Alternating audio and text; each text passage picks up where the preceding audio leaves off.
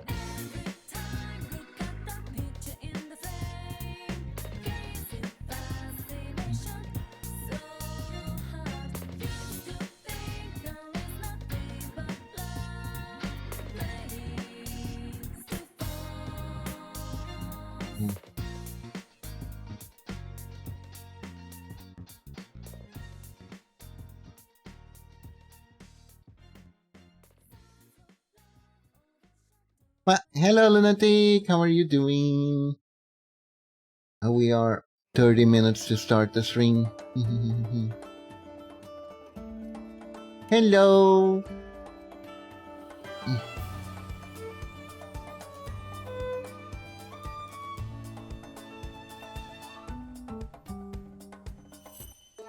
This is actually pretty nice that you're here.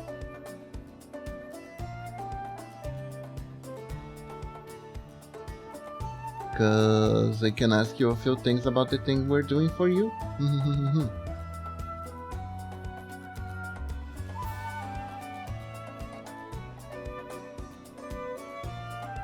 Wow. It's actually hot today, hold up.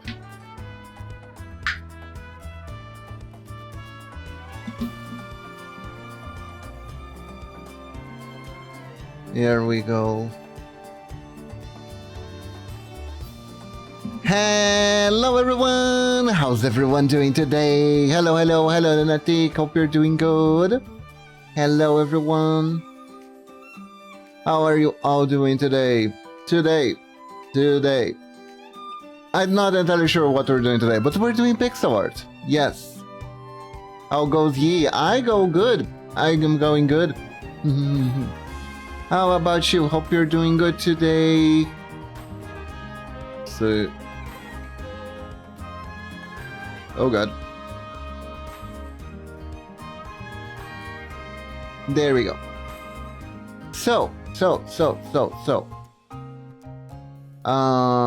There are a few things we need to do. I actually completely forgot and then remembered, then forgot again and then remembered again. That Lunatic asked for a custom hat redeem, which was the Book of the Middle on the Ninjalings, right? The book does have... There is one thing. I kept forgetting about it because I needed to ask about this.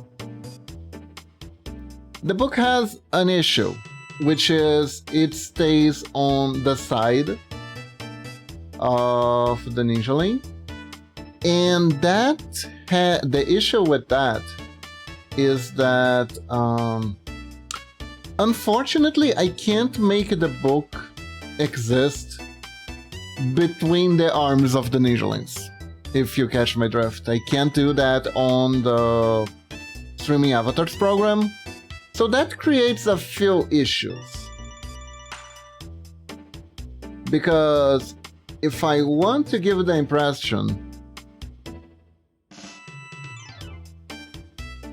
Warner's POV, which one's Warner's?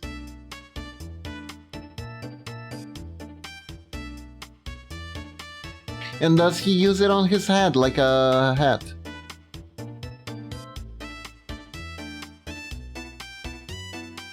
Which one's Warner's?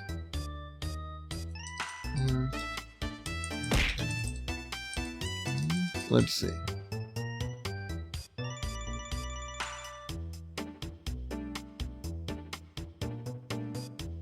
Oh, like as a necklace.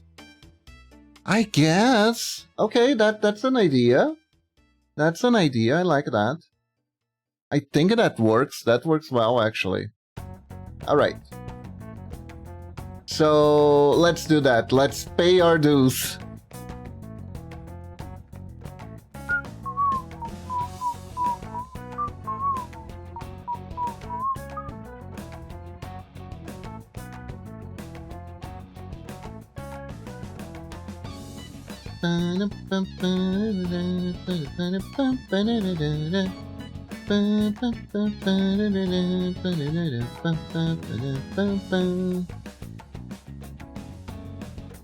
Man,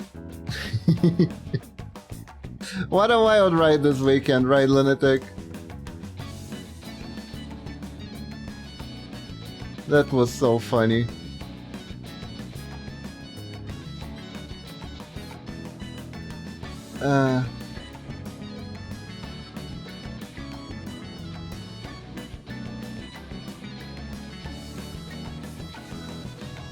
It was 100% a thing. It was 100% a thing.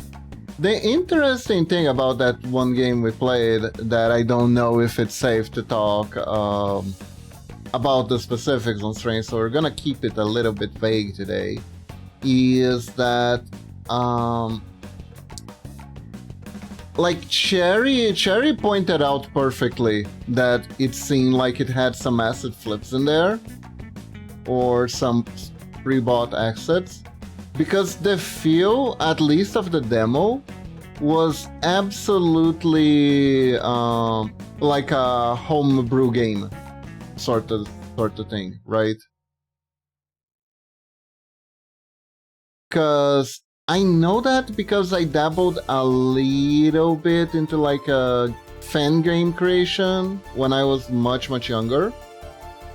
And the way it felt and played was from one of those pre-made engines for platformers and such. Specifically, it felt like a click and create game, and when the internet was young, click and create games were very popular, because it was like the dumbest, easiest, the most dumbed down, easiest engine that you could use. We didn't have to basically know anything about programming to use it.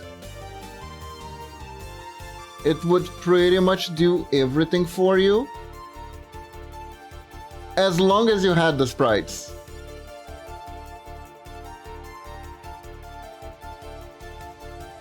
It was super dumbed down. If you wanted to do anything advanced in that, however, that was another entirely different story. But if you wanted to do like some really basic stuff, it would do that for you. Though I remember it being like extremely rudimentary. Click and create was so rudimentary that you couldn't quite create an AI in it. You could only like create a path for the enemies to follow, and the enemies would follow that. The closest thing to an AI I remember that I was able to extract out of that game was that it had like an object physics thing option, for like bouncy balls, because if you wanted to make Arkanoid clones,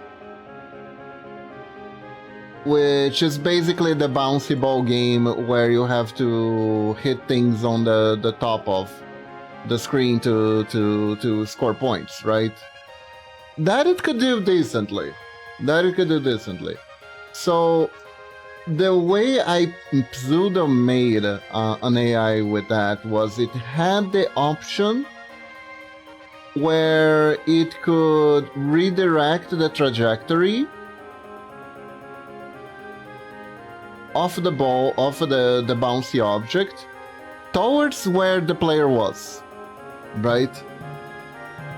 So the way I would do it is I would create on a very small timer, like every X milliseconds, for it to redirect towards where the player was. That way I could make an object that would try to home in and kill the player. That was like the only way without using scripts to do that in that one software. It was very basic. It was very, very basic. Still had a lot of fun with it.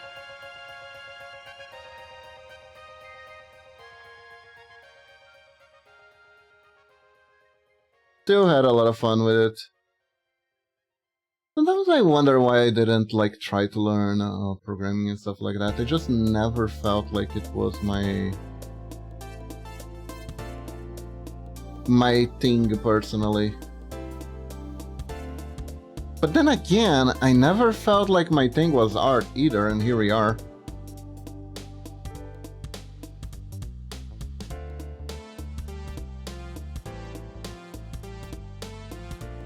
Here we are.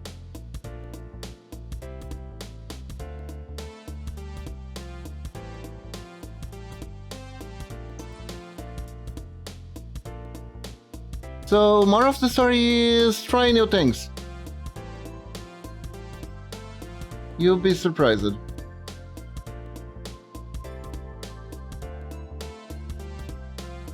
You can only be sure. You can't be sure of anything. You gotta try new things.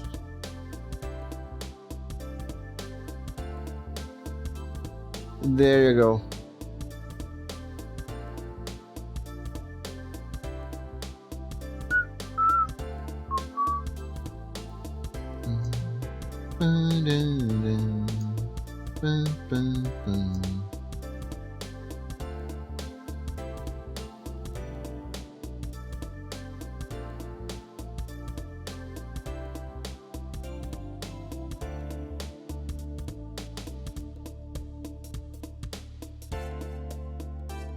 What do you think, Lunatic? Ta-da!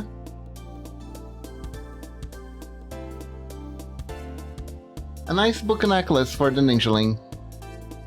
Book! Indeed it is book.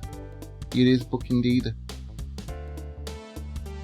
There is also a hat I want to make for the ninjalings that's very important. We've been playing so many Mega Man games and I still haven't given you guys this hat. Like, what's wrong with me? We need a Matter hat. We need a Matter hat. We've been playing so many Mega Man games. It is so freaking iconic. The little guys. The little guys are so freaking iconic. I could, actually, also make Matters for the Steam. For the string avatars too. But I don't know, I did make the Sigma, and I don't know if it like detracts too much from the theme of the string, you know.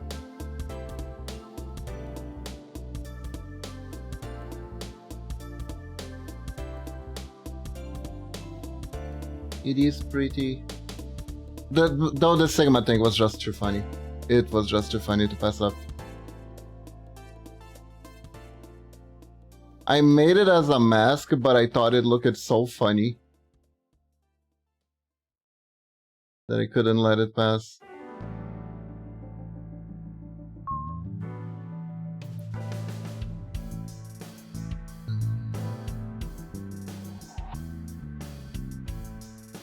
Yeah, let's make a hard hat. By the way, the Meteors used to be called hard hats too.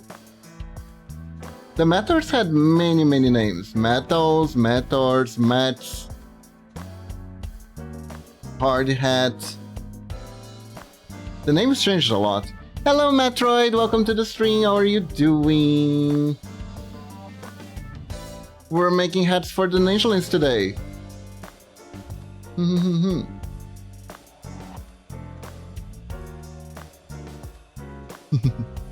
Oh, 5 in a row. Good job.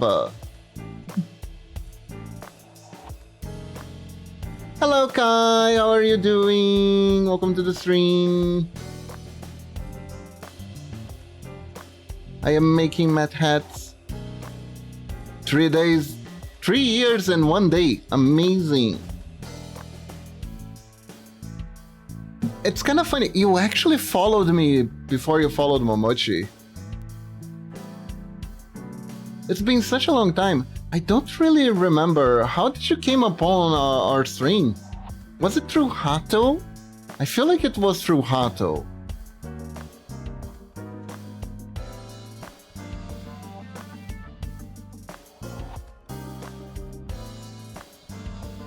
And Lunatic has been here forever. Ironically started following because I talked to Lunatic when I was on another person's stream. It was through Scarlet, which is going by energy. Right!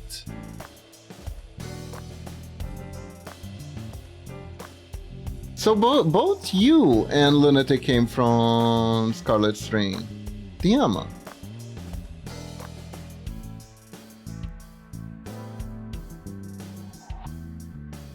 4 years, indeed. I feel like... Hold up, let me get my reference right here. I have a little matter. I have a little matter figure now, I can just use it. Oh, I think I wanna make this one that's like the Neo model. So, let's see, the flaps are bigger in this new model. I think they would be around this. Maybe this is too much. It started with Scarlet, where I met Luna, then through Luna I met Norix, and from there I met you and Momochi, and me and Hato, and everyone else, Lamo. Oh my god. Speaking of which, I haven't seen Mia streaming like at all for a while now. Is she still going, or is she like focusing more on art now?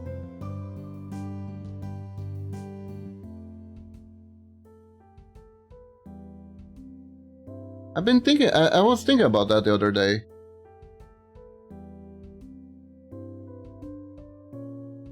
Couldn't tell you, that is fair.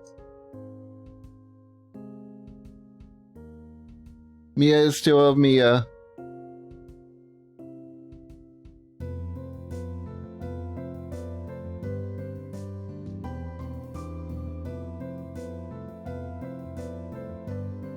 She was very nice. I do message her regularly to check on her, because I have a commission spot saved for her. Oh, I see.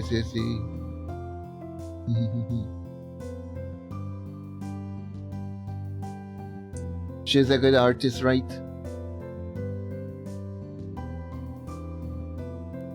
Here. It's a full art I'm carrying on my friend Ari. Oh, I see. That is cool, Kai. That is very cool. Let me see here.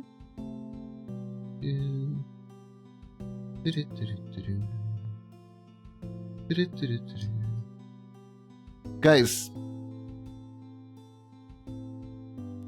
I discovered a Mega Man game I'll never be able to play on stream. I'm also gonna have it printed and I'm gonna frame it in a room. Mia gave me the green light to do it. Nice! Thank you for the boop. I discovered... Wow, this is really religious for some reason. I discovered that there exists a Mega Man game that I'll never be able to play it on stream.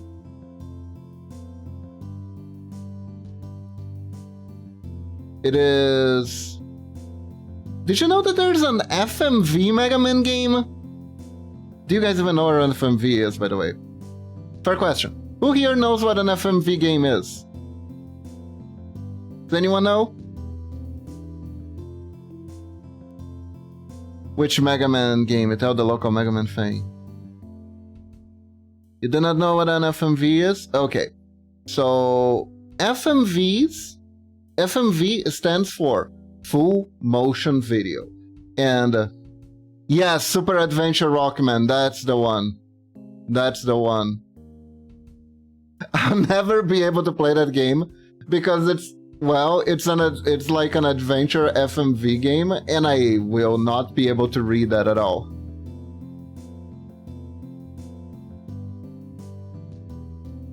It seems very silly. I think it's a game that has that isn't like considered canon within the Mega Man lore, because it is very hard to tell when the hell it's happening. Since it features robot masters from both Mega Man 2 and Mega Man 3.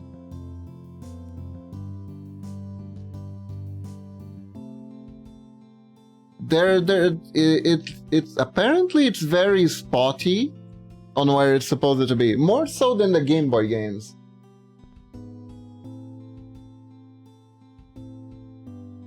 Why won't you be able to play it on stream? It's one, it only exists in Japanese. Two, it was for the PlayStation 1, and 3, I believe it was like such a commercial failure that Capcom probably will never release it. If I know about every Mega Man game, I heard it's dark but interesting game. Also, Keiji Inafune is really sorry about that game. YouTube bringing back DMs. Wait, you can DM people on YouTube? Also, hello Retros, welcome to the stream. Ow. Ow. Ow. Oh no. Ow. I keep getting hit. This makes me sad. I'm gonna become gothic. Oh! Hold up. You know what? Gothic Clotha with this hairstyle, not bad. Oh no, he's hot. All I did was change the sweater to black. It caused that much of an effect. Damn. Violence, violence. Oh, mommy, no violence.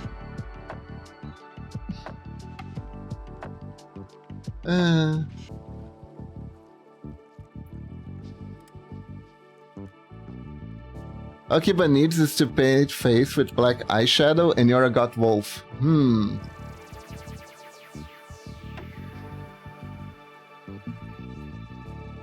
Ah, face white. Not face wife.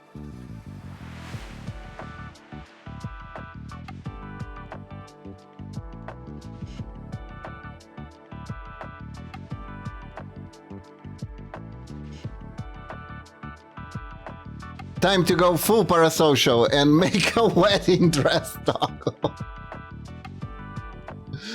Oh no no no no no no no no no no. No no no no no no no no no.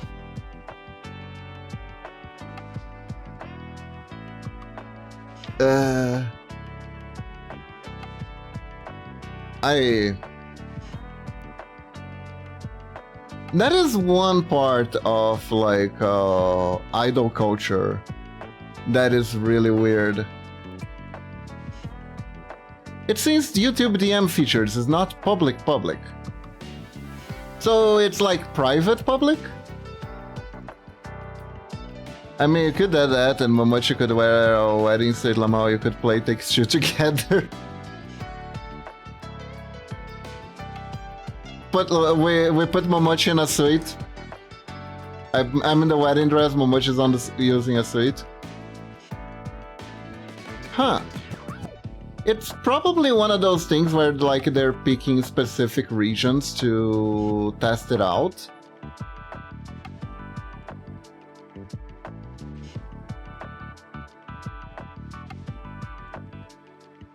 And if they feel like nothing exploded within these regions, then they add it to the general public. It feels like doesn't it feel like the people at YouTube are like,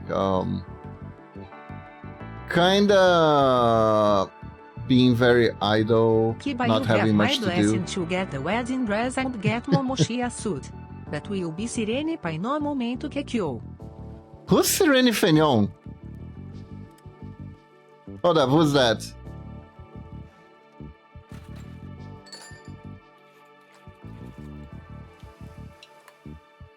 I don't? Oh, okay. Alright. I don't really pay too much attention to real life celebrities, I'm gonna be honest. Which actually reminds me. At one time I was like, oh, Neil Gaiman was a good author. I wonder why I haven't seen any book from them recently. And then Momochi was like, Kiba, I have bad news.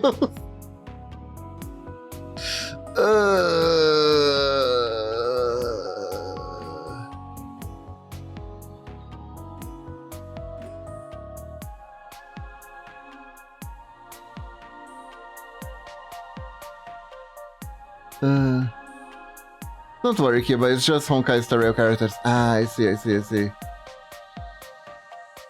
If I want to show someone a YouTube video, I just DM them on disk. Uh-huh, that is true. YouTube is slow on this thing, super slow. Although, I gotta say, having alternatives to anything, it's not inherently bad, you know what I mean? Especially if a platform starts making some really boneheaded decisions. Being able to be like, hey, maybe we can get out of this. I can't move, my shoulder's filled with too many marks. Help me, Kiba. Why are there so many marks on your shoulder? What happened?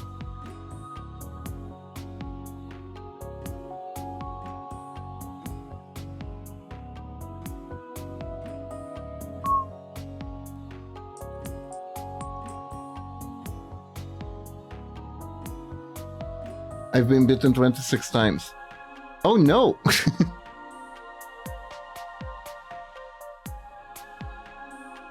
Ask me anything. Keep a lot of time. What was your high school life? Just out of curiosity.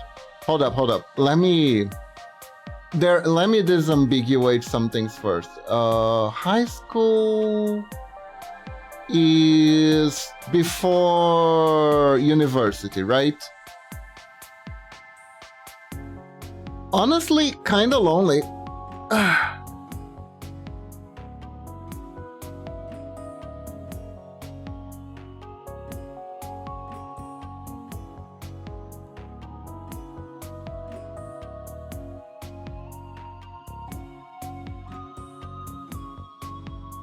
was a little bit lonely. I was the type that had a few close friends and that was it, right? I also, at the time, I remember having a crush on a girl but never doing anything about it. So, the regular teen angst shaman again, you know?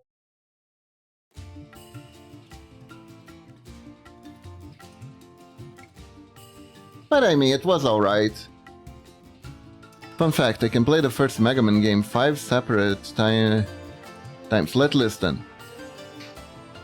PSP, New Style Genesis, Legacy Collection, Fan Game, PSP Old Style, PSP 1, MM Powered Up, but it's long and I wanted to shorten it.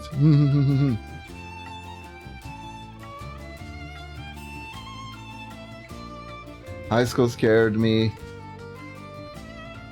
Like,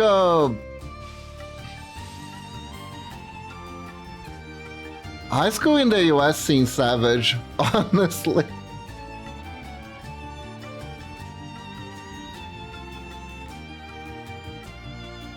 Wrong word, Kiba. Which one?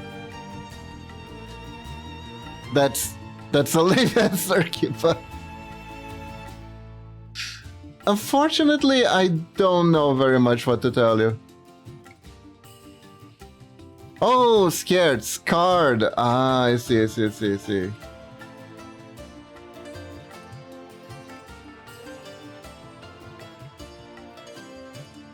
My main problem with high school was that I usually didn't really pay too much attention to the people around me. You know?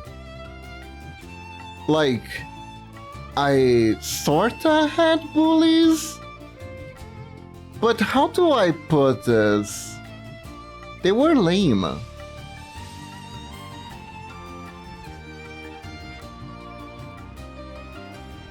They were lame. Like, there was this one kid who had, like, real beef with me for, like, no reason.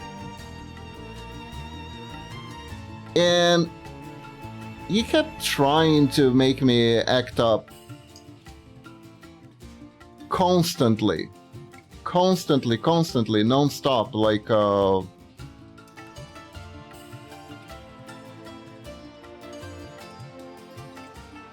high school, college, university was so lonely for me, so this is relatable. And then, see, he would like, the type of that would like keep throwing spitballs over and over.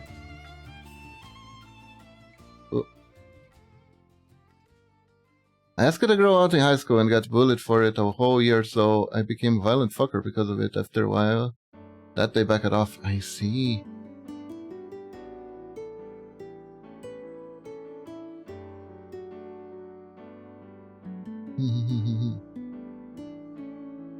Like, there was one point where I actually got really pissed, and I just turned it around to confront the person. And the second I turned it around to confront them, how do I put it? They try to like pretend they weren't scared, but I could see they were like really scared. And they were so scared that any anger I had towards them kind of just melted away, and I just started laughing and walked off. I must have looked pretty crazy to them at that point, but it was just too silly. It was just too silly. Like, guys tries to bully you, but they are actually too scared to actually stand up to you in a fight at all. It's just like, what is this? I've never actually been in a fight, by the way.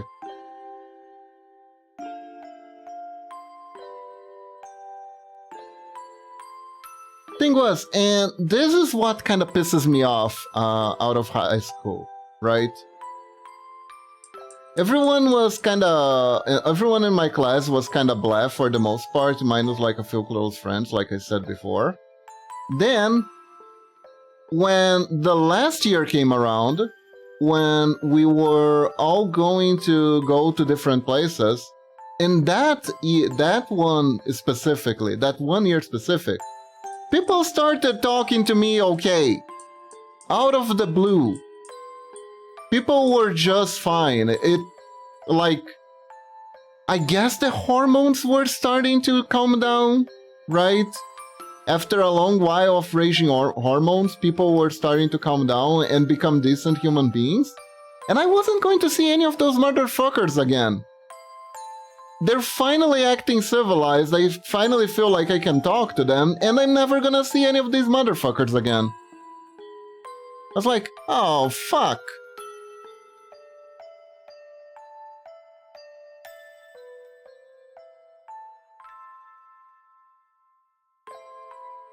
Y'all finally came around when he could be friends when we're not gonna see each other again. Jesus Christ.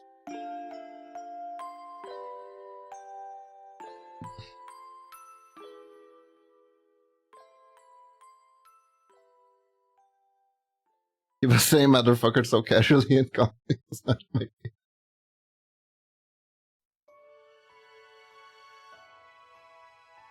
What do you mean? That was me getting worked up. Can't you tell? What do you guys think? Isn't this a beautiful hat?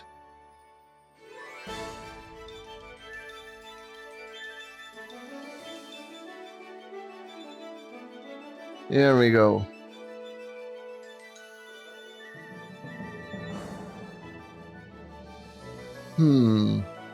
Is there any Mega Man hat that we're missing? Oh, you know what I'm gonna do? Hold up.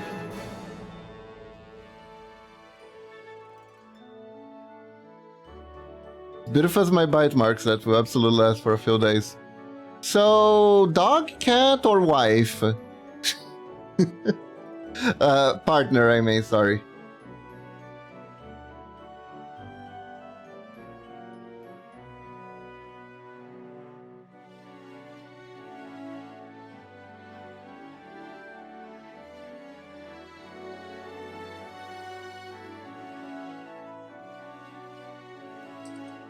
Sword. Mega Man has a wife? No, no, no. Mega Man does not have a wife.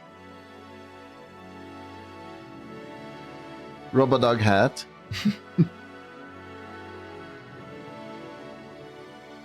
A Rush hat?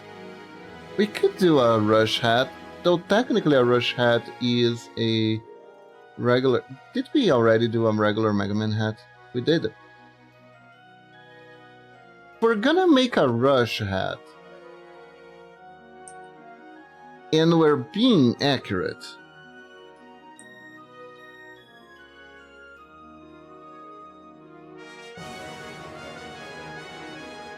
Take this. Go.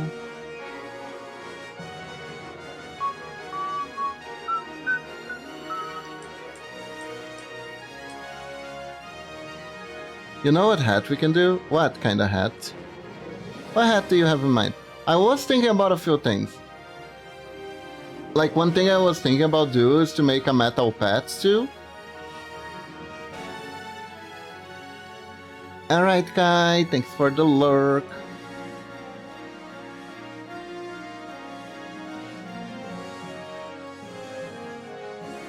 We can do a Shadow Man hat. Oh, that would be cool. That would be cool. We can do that too. Yeah, I think I wanna chill and do hats for today.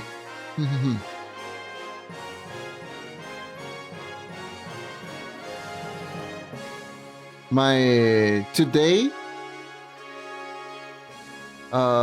people from the people from the air conditioning came by. This is step 2 of Momochi getting her own room in the office. We're gonna divide our office in half. It's gonna be my room and Momochi's room, which means it will actually be easier for us to do collabs now. Because our current setup has like one major issue that you may have noticed the last time I did the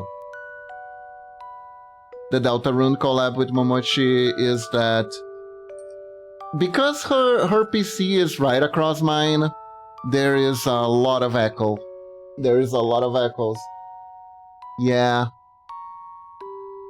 It was echoing so hard it turned around back to being funny because Momoshi could sabotage me and the mic thing. But overall, audio, like, I know bad audio, like, turns off a lot of people from watching streams, so that is a concern. When you're trying to make a stream for people to watch.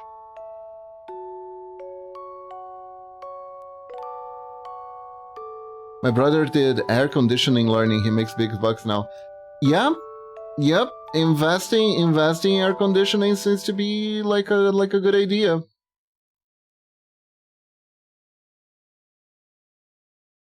It's a growing market. My high school philosophy teacher was an air conditioner salesman in his spare time.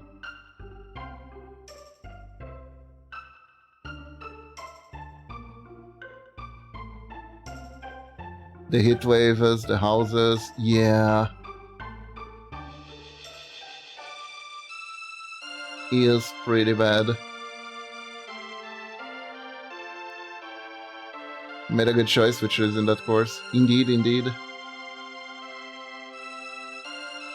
Like, technically, Rush's helmet is pretty much Mega Man's helmet, but with the ears.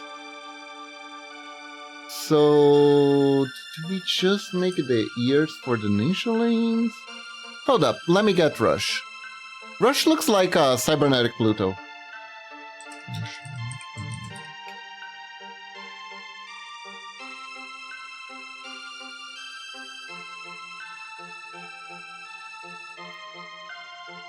Ah, there you go, there's the difference. I was like, there's something in my helmet that doesn't look right. Oh! Nyano! Thank you for the sub, I really appreciate it! 38 months! Thank you! Appreciate all the support! Hope you're doing good today! Kiba, good news, I avoided big spoilers for Deltarune. Oh, that is awesome!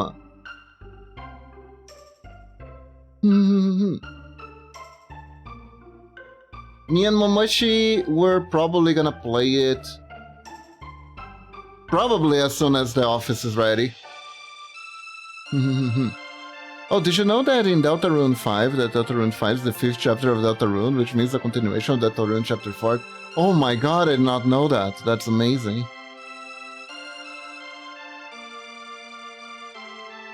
Wow, such a spoiler.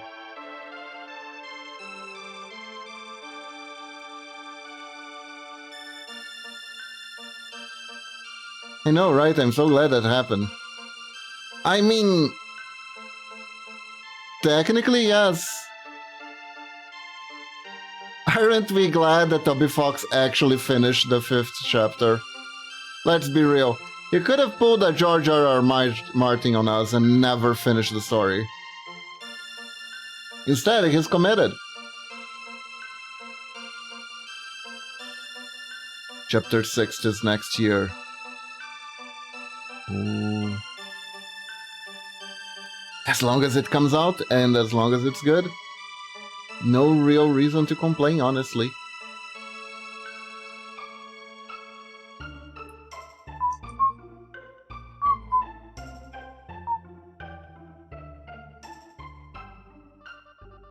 Deltarune yesterday! Ow! Do you guys think George R. R. Martin is ever gonna finish Game of Thrones?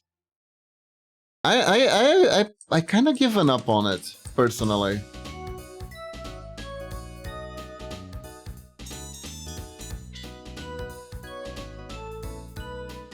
Like, the books were okay. I watched it, I read them a lot.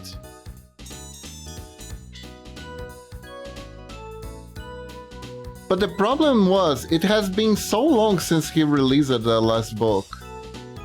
And with the whole fiasco of the TV series, I kinda lost interest.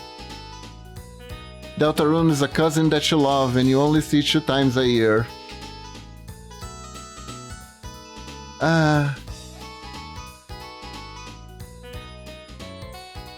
Yeah.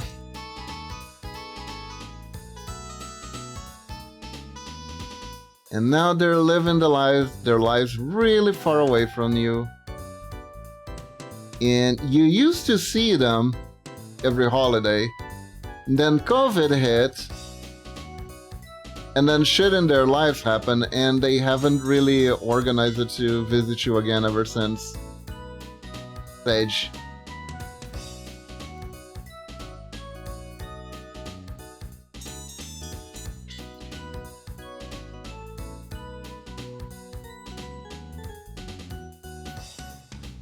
At least I got to see my nephew during like a good phase of his life that I could like play with and teach them Yu-Gi-Oh! And such. It was a fun time.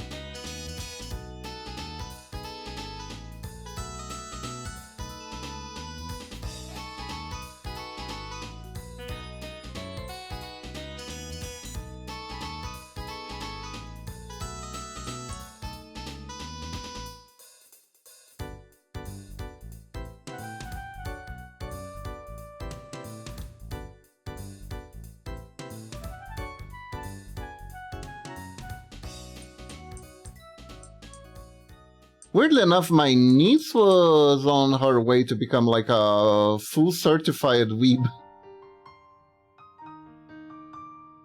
Slightly worried about the stuff she was already getting into for her age though.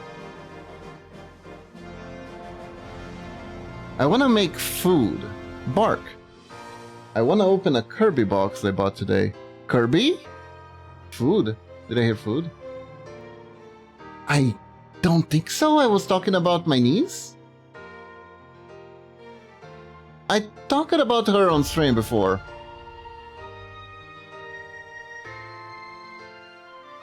She became a die-hard Danganronpa fan. And I think she is like 12 or 13 if I'm not mistaken. Or was the last time she visited, it's been a while. I think she must be 14 by now.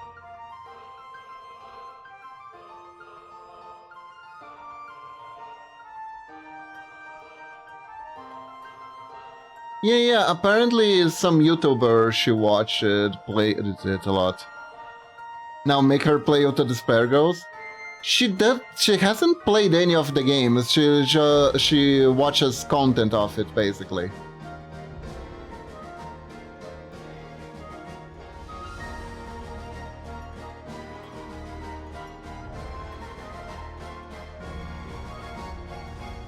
Ultra Despair Girls so interesting. I'm not entirely sure, Retro, but I think I have that game on my PS4. It's a first-person shooter? I thought it was a puzzle game. Really? It doesn't seem like that from the trailers that I saw. Hold up. Did I buy a game I can play? Might have bought a game I can play. Ugh.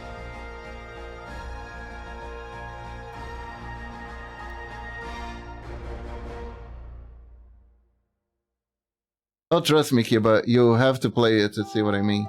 It's scary? Really? Danganronpa is scary?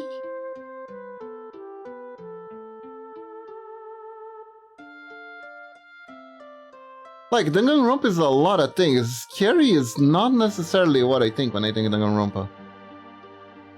The only weep thing I have is Deadpool Shonen Jump mangas and 6 volumes plus accessories from the series. Oh.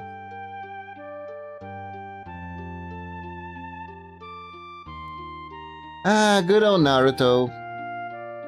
Good old Naruto. The series ended, it was a little dragged, and it ended on a good note, and they never tried to milk money out of it and make a continuation with Naruto-san. That never happened.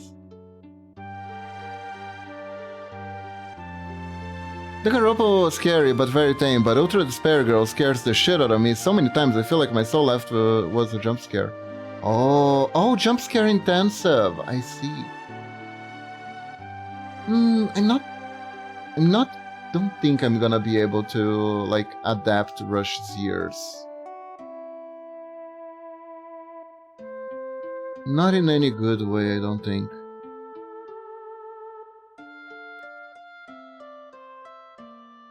If we can just do the regular years here.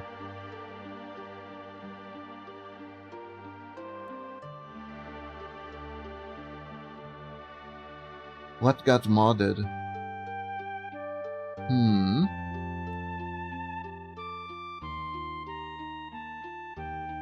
But it's interesting, Like,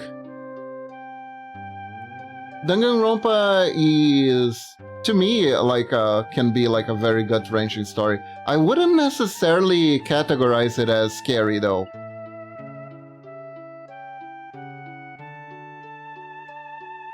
I really wouldn't categorize it as scary.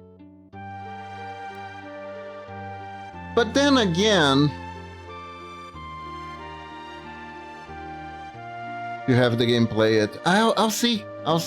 I have to see if it works too.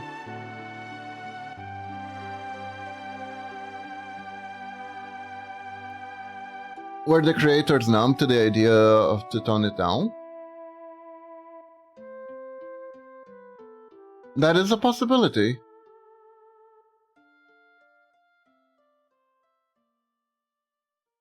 The Danganronpa series is very interesting. I interpreted from the third game that the third game was secretly a criticism to the fans of the show.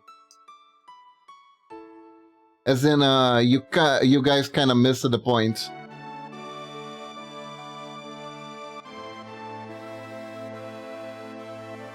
Think about it, zombies, but their main purpose is to kill you specifically. Oh, like the Monokuma Despair folk are after you, right?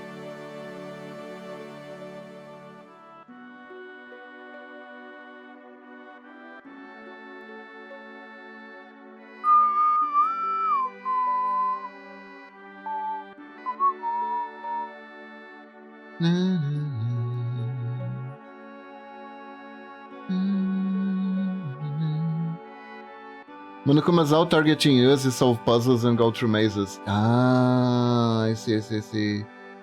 Do you shoot them? Can you fight back?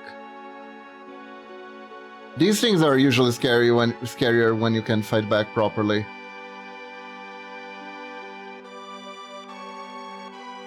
You can shoot then. Nice. Limited ammo then?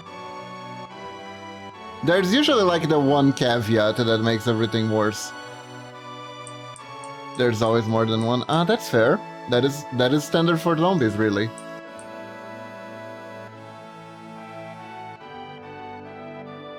That actually reminds me of that one Resident Evil game no one really liked. That seemed like super interesting.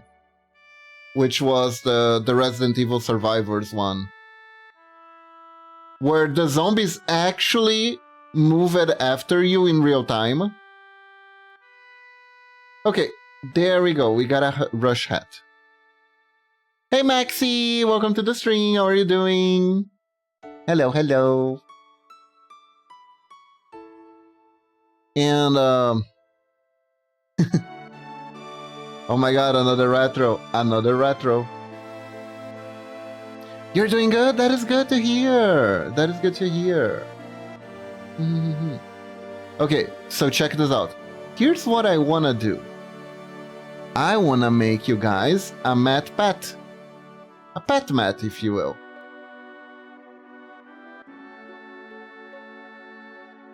And I'm gonna make it animated too. So it will be extra cute, it can follow you around. Kinda like the beat. That I made. Let's get started. A mat pet? A mat pet! He won't give you game theories though. But I like beat. You can pick between beat and the mat pad. You can alternate, no problem.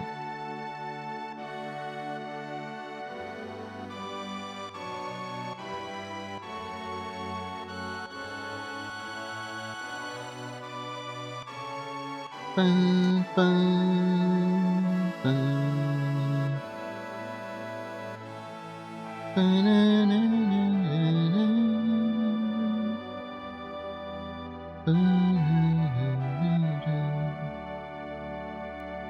Is that a surf bot? No, no, no. It is a mat. Although I could make a surf bot too. I can make a surf bot too.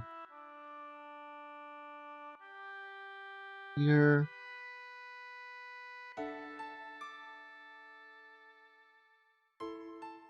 Let me see if I can shape.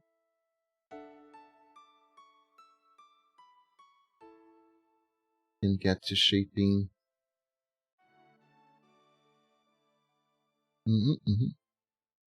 I like my Mega Man Battle Network burb that steals your opponent's first Mega Man Giga chip. Thank you, Kiba. Wait, Beat was in Battle Networks? I don't remember that.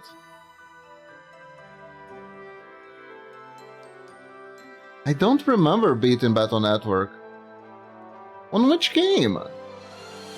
God. I really want to play the games, the Battle Network games again. It's been so long. Is he like a secret? Because I don't remember that at all.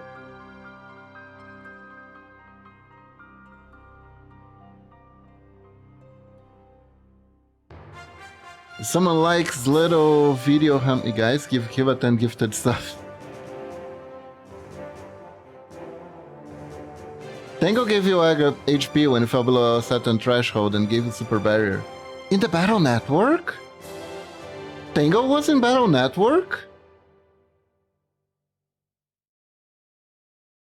Really? Were they secret? Holy crap. I gotta find a way to play the game. I gotta play the game then. Soon. I never saw them. I gotta figure out how to get them.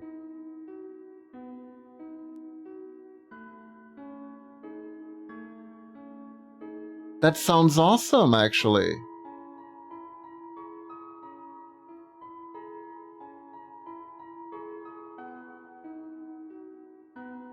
But I know they are very strong in PvP. I never messed with the PvP stuff.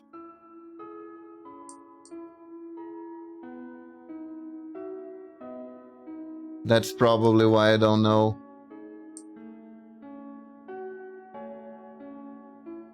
If I was in the into the PvP stuff, then I would have probably forced myself to unlock them.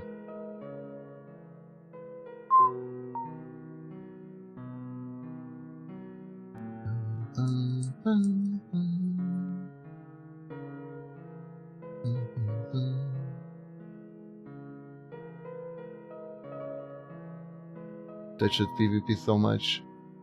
It was something to do after the game was done. Absolutely, I can understand that.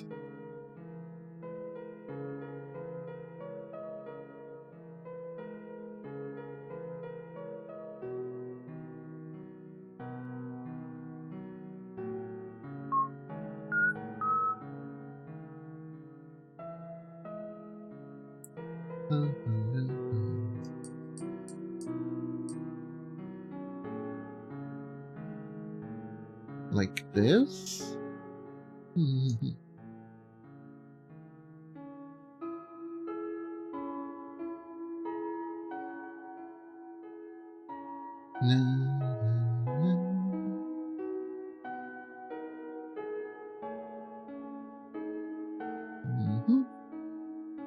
Here we go. Gotta get the head all nice and straight. Nope.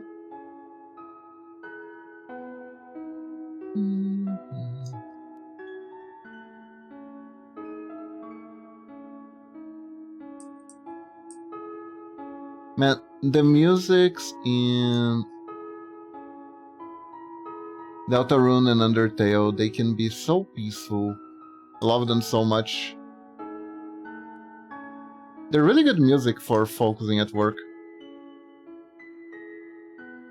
I had steal my opponent's best X attack once. Ooh. That's very based of you. Eh? Eh? Eh? Eh? You should play the games you want in whatever order, honestly, Kiba. Maybe wait for a cap discount first before getting the Legacy Collection. I believe I do have access to the Legacy Collection. I'll give a 5 out of 10 for that joke.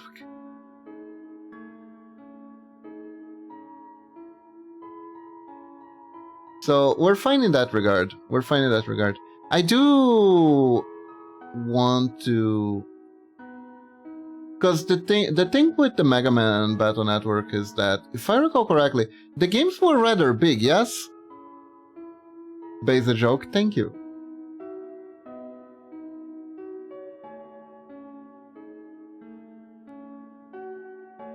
They're RPGs after all, so they're probably kinda big.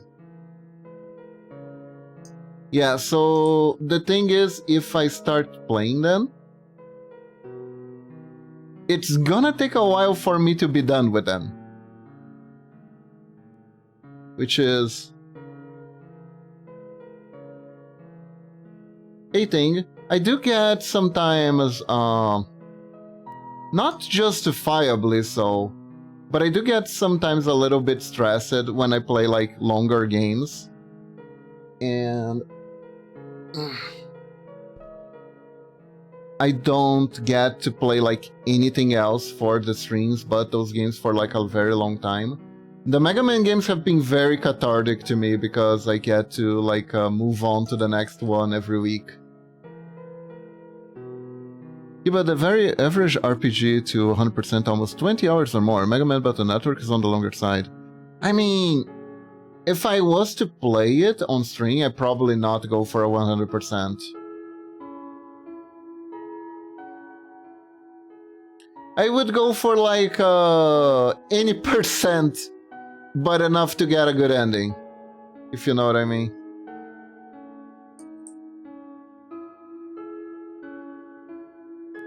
There are also different versions too, so if you start, you might ask what you're looking for. Battle Network fart, holy shit, that was hard 1%. Oh, they're doing the Pokemon thing? Okay. Look, I'm gonna be honest, if they did the Pokemon thing, I know I said I was gonna play every Mega Man game. I am picking one version and we're going with that, and that's it, you know? I am not gonna actually replay the game just for like different ships, right? If the basic plot stays the same, I don't see a reason to go for multiple versions.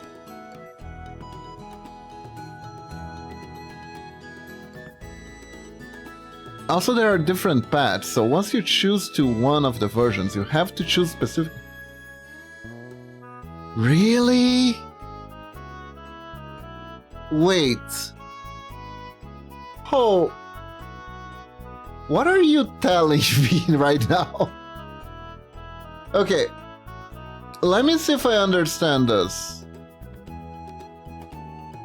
Okay, before you explain, let's see if I understood this correctly.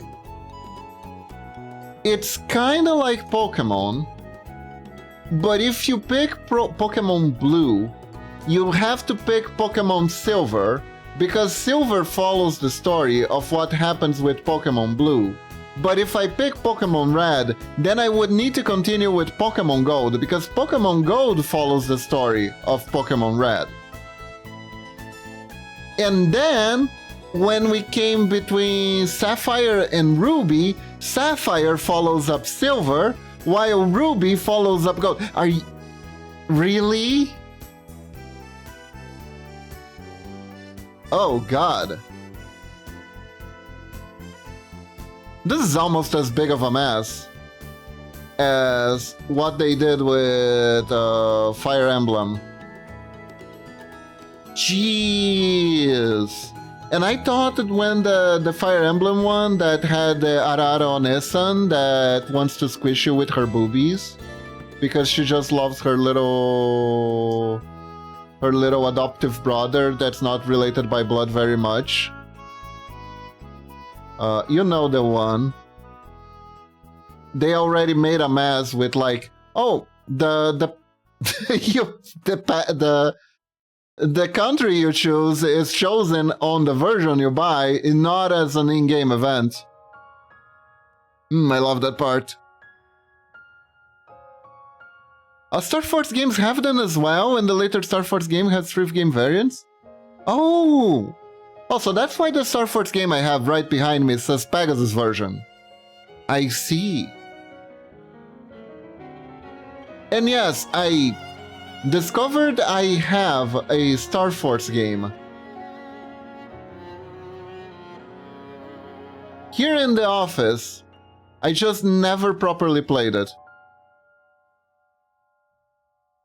We're getting a new Star Force game? Oh my god. Really? They're not done with them? That's kind of amazing. That's not kind of amazing, that is amazing, period.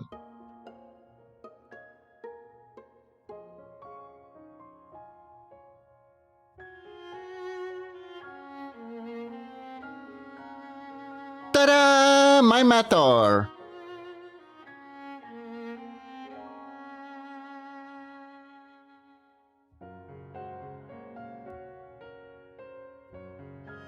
If Mega Man Duo override sells well.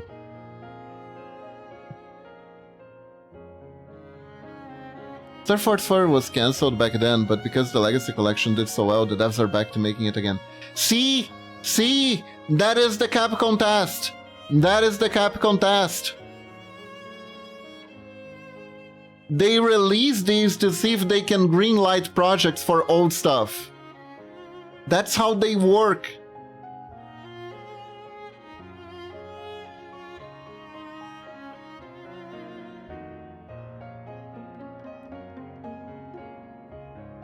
Oh no, that was first collection sales and we're past the threshold.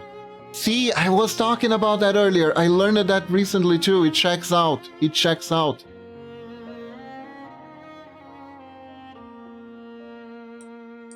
So that means New Mega Man X? It could mean.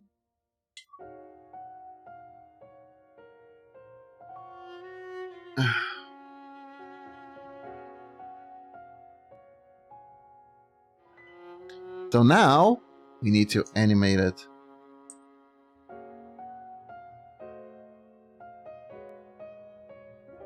I think I want to make my Mato the hyperactive goober.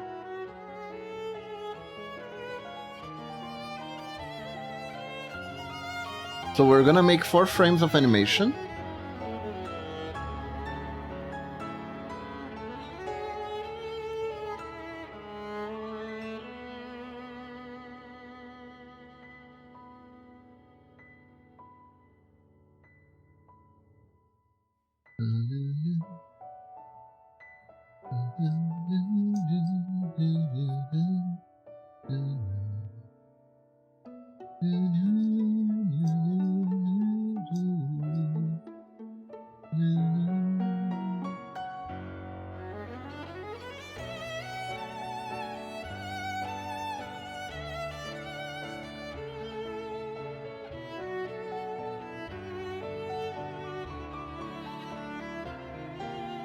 Is this a secret Mega Man Renaissance? It could be. It could be. Hello, Medina! How are you doing? Hello, hello, your mouth looked very funny just now. It did? How? Hope you're all doing well and comfy. We're doing very well. The recovery from reading My Immortal is going very well.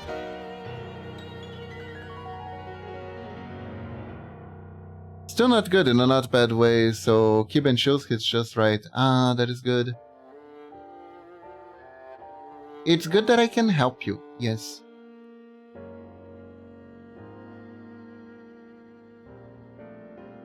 Let me think. How do I want to animate this actually? Nah. Okay, let's try to think.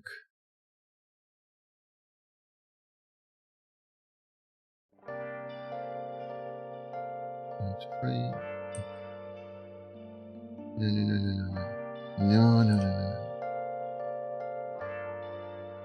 New frame.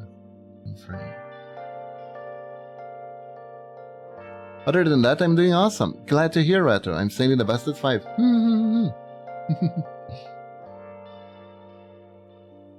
have you been? Been searching all along.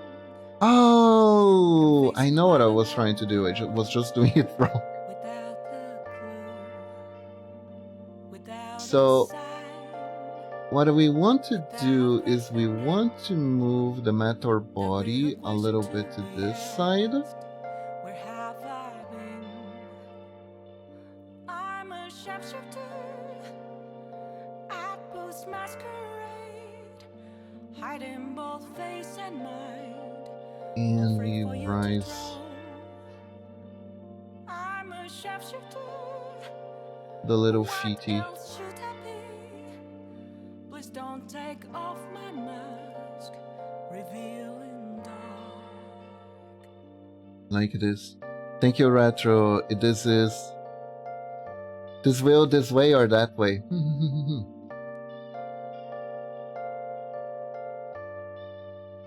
Yeah, Medina, hope things go alright.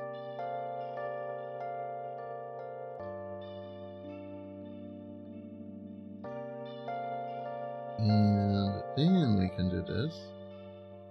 Moments of calm, nothing left to be found. Kibacore, heck yeah! Heck yeah, Medina. That's where I found. Man, speaking of Kibacore, that still reminds me that I discovered that Bimbocore was a thing, and I still don't quite understand it. I need that mask. I'm a sharpshooter at Booth's masquerade, heart in both face and mind, all free for you to draw. I'm a sharpshooter, chained down to my core.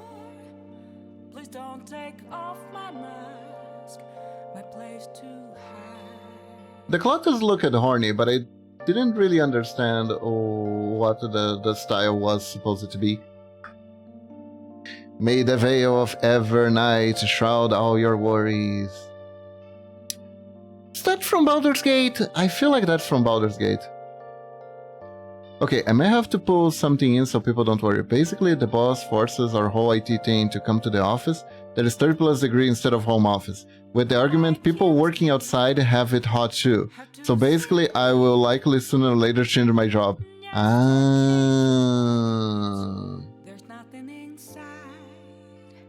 I see.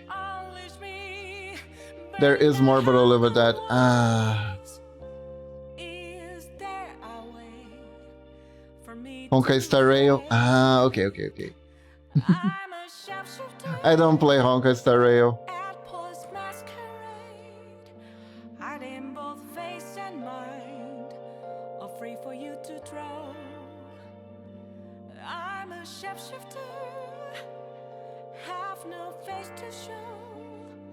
Please don't take off my mask, my disguise. They're still going with that? They are still going with that? Seriously? Oh my god. Automod, please. I know, right? No, there is no way that is real. I feel like the Automod is gaslighting me.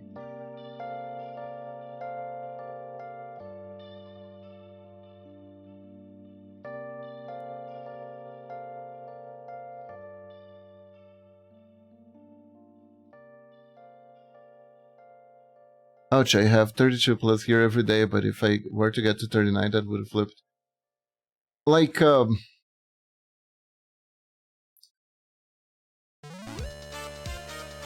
be real, Melina, your boss sound awful. Your boss sound awful.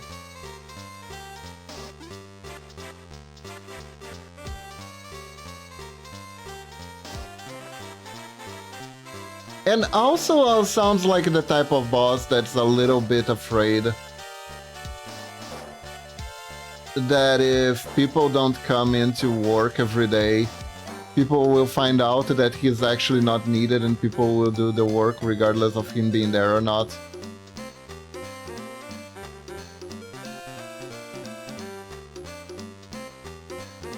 There are quite a few bosses like that.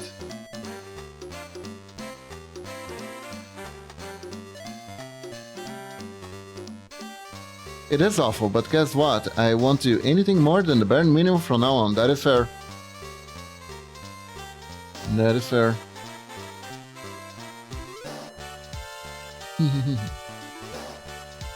It isn't an issue, but I do understand that it's fucking hot, like Dr. Wily. Ah, I see. Rato thinks Dr. Wily is hot. Understandable. But is Dr. Wily a bad boss? He gives his grunts guns. I mean, Baz has a lot of issues working for Dr. Wily, that's why he kinda defected.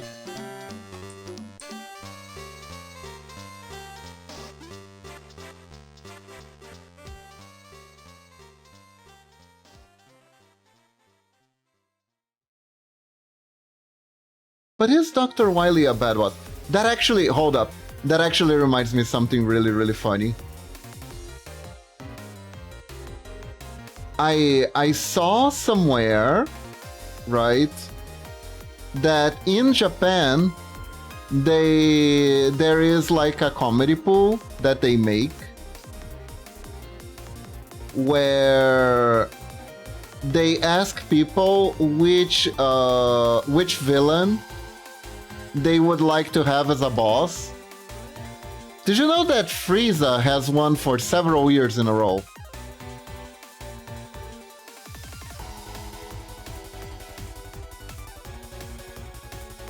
Did you know that people will consider Frieza to be a good boss?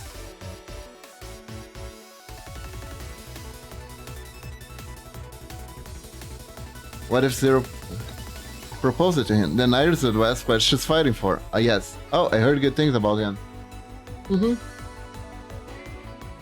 Apparently, Frieza's mannerism in the original manga is very, very polite.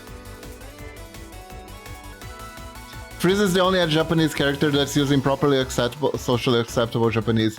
Yes, absolutely, absolutely. I found that so funny.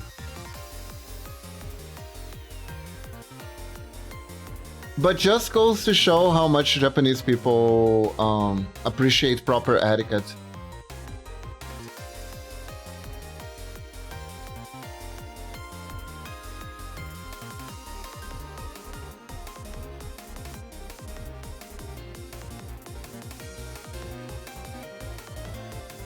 Yes, he's psychotic and evil, but did you see how he used it? He knew how to use our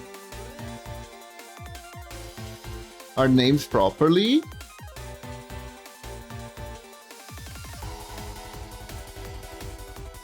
Does he not a good benefit for his employees, or was this a meme? I don't remember. As far as villain goes, Frieza was the type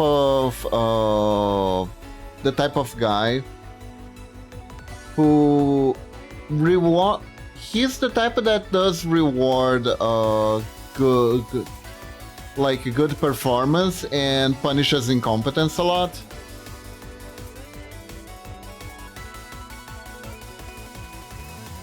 So I guess if he yells at you, most people think it's fair. And let's be real.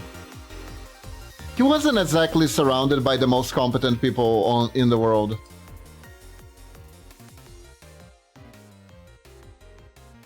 Apparently working the Frieza force is not so bad.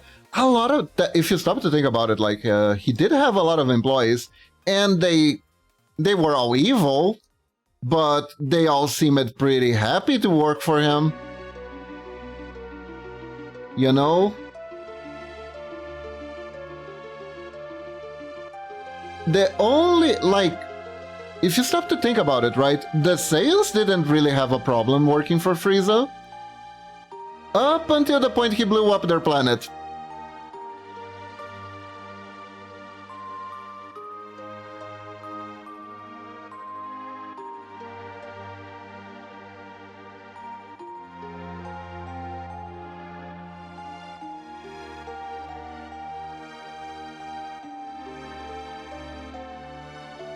Frieza remembers his highest grunts. He gives his subordinates tools to execute their plans correctly. He hates incompetence and rewards good work. So it's not that bad. His best grunts equals his best workers. His best goons! If you're good at being a goon, if you're good at gooning, right, he will reward you.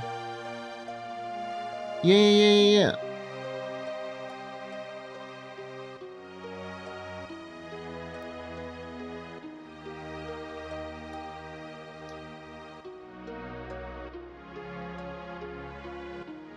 I think, honestly... Oh man, I'm bad at that. I'll never be rewarded. It's okay, Retro. You just gotta practice gooning every day and you'll be a great gooner, I believe.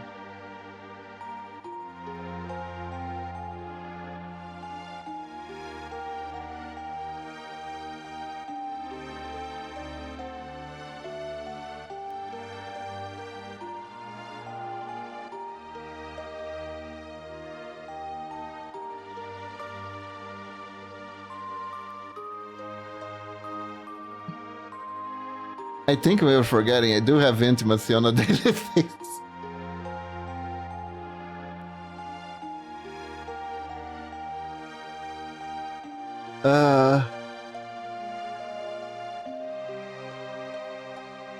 The dry well.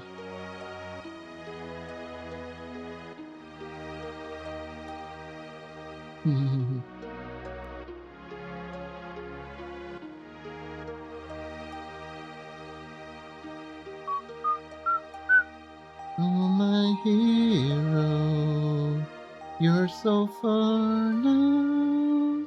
Will I ever see you smile?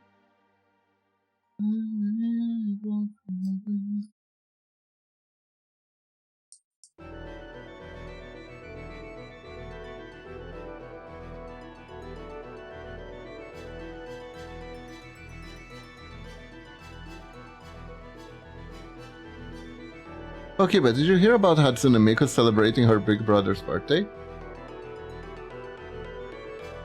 You mean... Kato? Wait, Kai... What was the name? What was the name of the blue one? Oh, Sonic! Wait. Is Vocalites by Sega?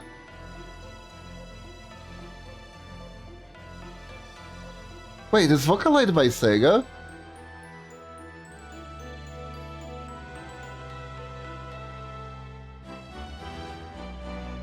Hatsune Miku is owned by Sega. Really? I thought she was just in the... I thought she was in them cards for like a meme, not because it was real. She was really there. She was really owned by them.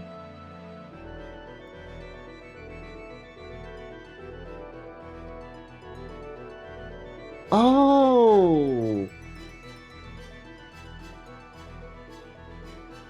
Oh, that makes more sense.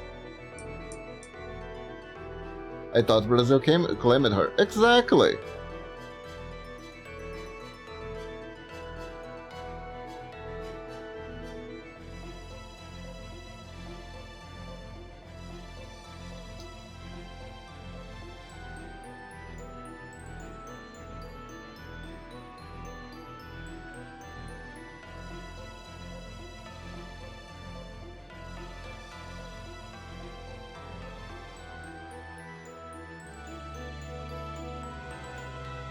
Hatsune Miku Saga, that's how she got to cross out worlds so easily. I see!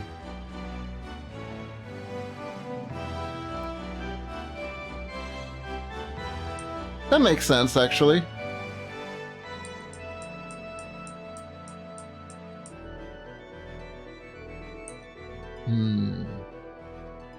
And I like to think that Miko is Sonic's little sister with their dynamic. Ah.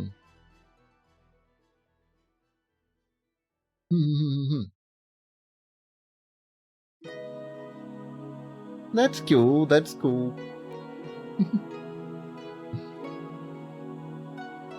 That makes it very cute, yes. And you don't like Brazilian Miko, Retro?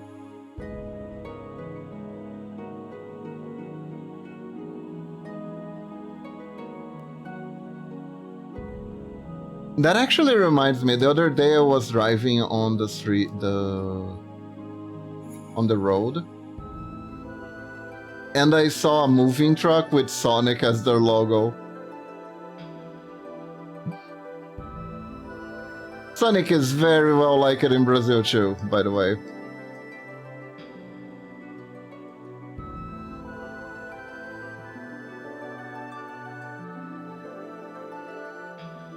Did I do boop already? I don't think you did, Kitty Kitty.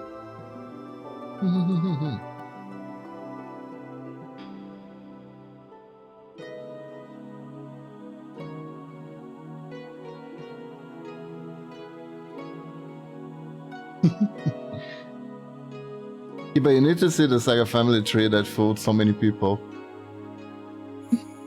I probably do.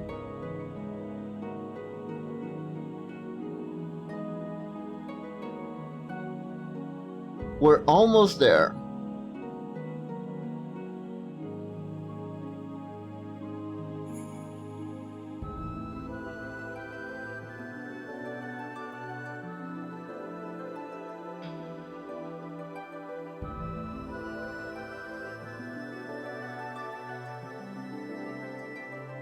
Now we do these.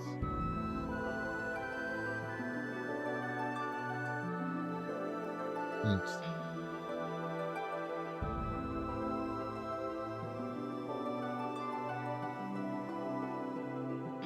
Ta-da! Little dancing meteor.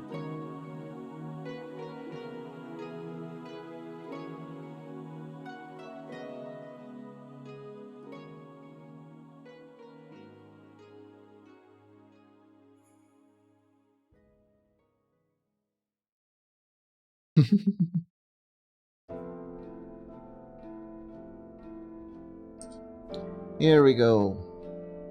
Now that I think about it, I'm not entirely sure if it's actually named Meteor, or if that's like a Japanese version of saying metal. Because in the Game Boy, the name is just metal. Which is kind of sad that they're just named metal, now that you think about it.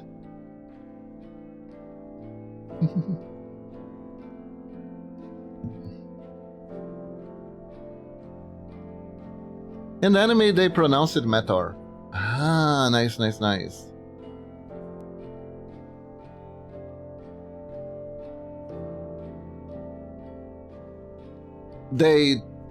If I recall correctly, they don't pronounce it anything in the Brazilian Mega Man manga because they completely forgot these little guys existed, and they're like almost like Mega Man's Pikachu.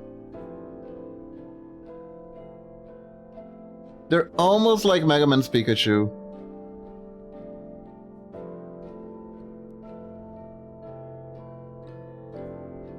Yeah, but the guy who wrote the Brazilian Mega Man didn't know Mega Man. He'd heard it from a friend. And he had like some base designs. Brazilian Mega Man manga, Retro. Brazilian Mega Man manga. It is my duty to talk about that at least once a month. At least once a month.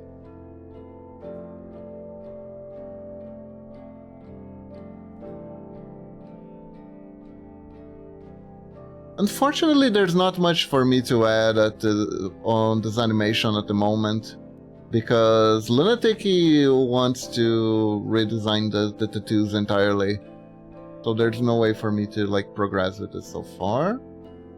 So what else was I gonna do? I was gonna do a thing, but then I forgot what it was.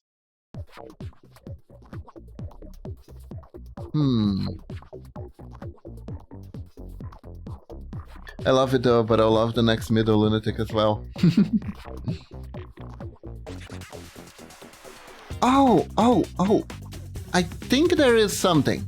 I think I remember what I wanted to do. The other day... More hats? I mean, I could make more hats. I was going to make a reference sheet for my own model, because that's something that's lacking.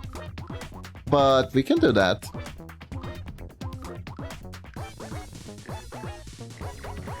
There is no way to talk about emotionally hurting. What did I do?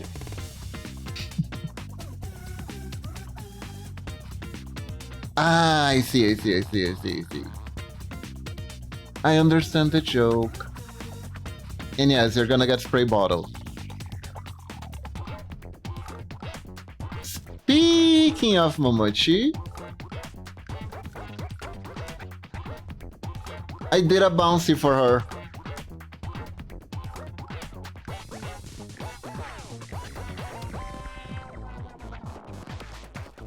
I did a bouncy for her. Hold up, I can do better than just show here.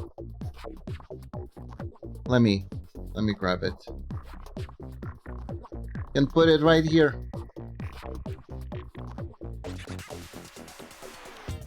Look.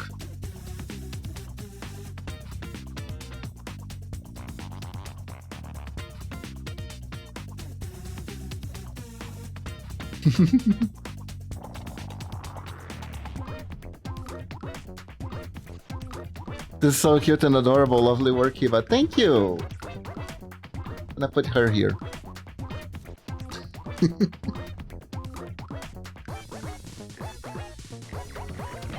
Yeah. I was like, okay, I did this in like a micro bikini, but I should be able to do it like fully clothed. So I was like, let's do Momochi. Her dress is kind of complicated, so it's gonna be like a good practice. Look at the tail wag. I actually use it like a new technique to make sure the tail wagged properly like this.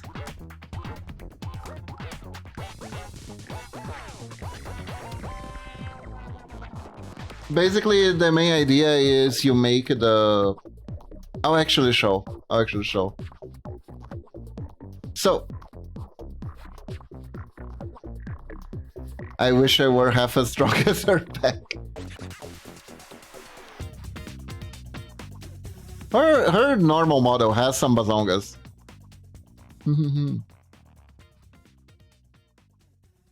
No, it's cute. I also really like her smile. So check this out. So this is like a technique I've been using for making tails wag now. So basically, during the drafting stages, I do this. Then, if we want to move up and down, this would be the bases.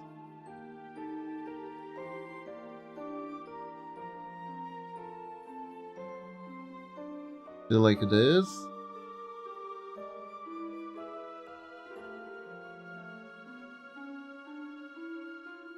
Right?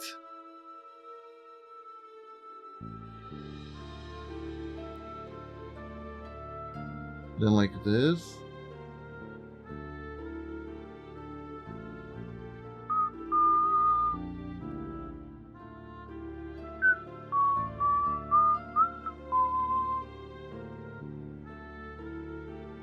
Then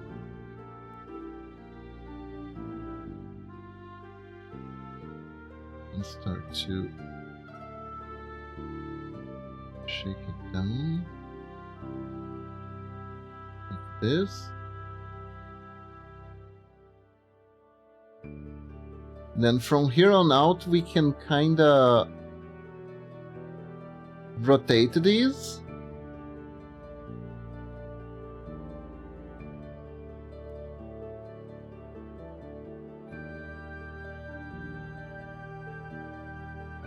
And because I'm doing it like this, it becomes much easier to foresee the animation. This is just like a little. See?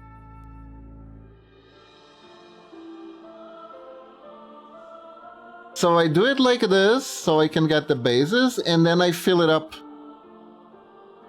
I can also use balls in different sizes to figure out like when the tail is funneling down. It works pretty well. It works for tails, it technically works for tentacles too. It's a pretty neat animation trick. That way I can get the motion first. It's much easier than trying to like edit or redraw everything from scratch or from just a straight line. It's pretty neat. Okay, so more hats for Ninjalings. Yeah, this is a hat string now. We're doing more hats.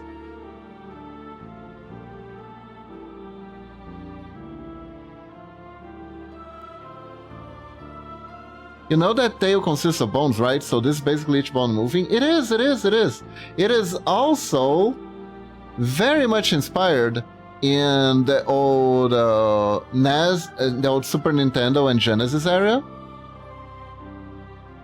Oh, Medina didn't see me doing the thing. Hold up. Look, Medina. It's my NL Beats technique for animating things.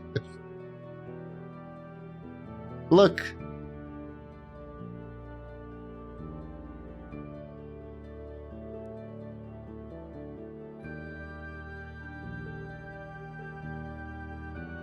If I wanted to go further, I can like... That looks cool, like ears or bones. Yeah, that's the idea. Mm-hmm.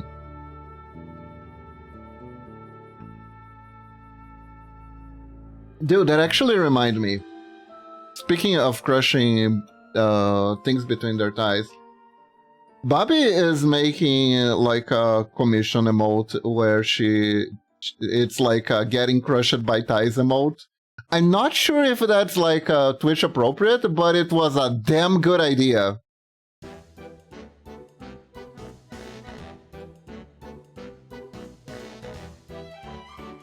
Nope, I wanna eat it and not make a mess. Exactly.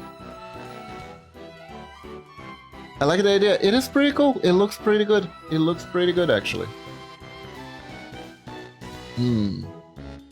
Okay. New hat. What hat can we bring? What other hat can we do? What other kind of hat can we do?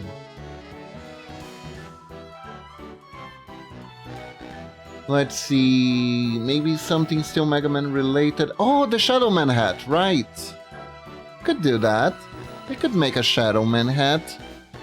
Shadow Man hat is kind of like a ninja hat, so it makes sense.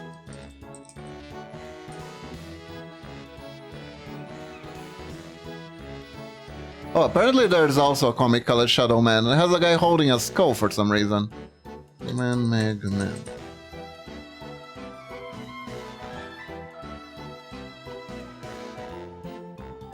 Oh. Oh my god. Hold up. We have some designs here I want to share.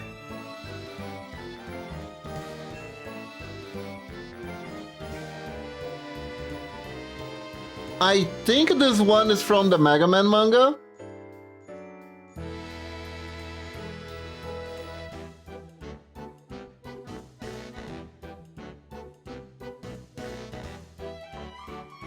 Here's the OG one. And And for some reason my capture tool decided not to work. Oh, it's working again. There you go. And this one is from the Battle Network series. Oh, absolutely. Shadow Man was definitely a ninja robot.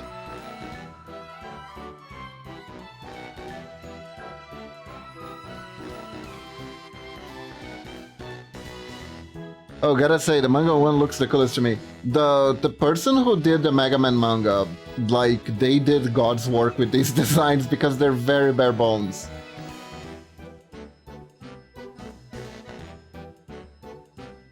They also did the little W, which I think is really cool. They did. I am not entirely sure, however, if this is supposed to be a helmet or a hood. Is it all... is it all cloth? Is it metal somewhere? The fishnet armstead, yeah, it is really good. It is really good. Although it really is just a texture, you can see this is actually metal. But it's still really cool. And well, Wily is kinda crazy.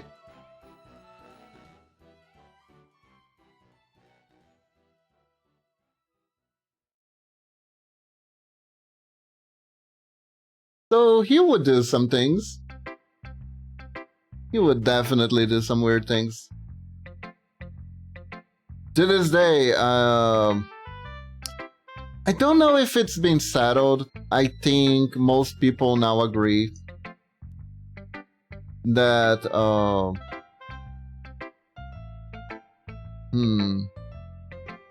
hold up, let me think here for a sec. Also, guys, I'm beat. Gotta go. Thank you very much for the coffee energy retention time. Kiba, have a lovely day. See you all soon. Alright, Medina. Have a lovely day too. Bye-bye. Okay, so despite technically this being like a hooded thing, I think I wanna take after this one. There are a few reasons for it.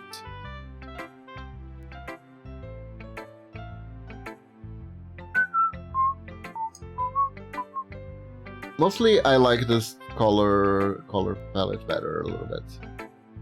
Na, na, na, na, na, na, na, na, na.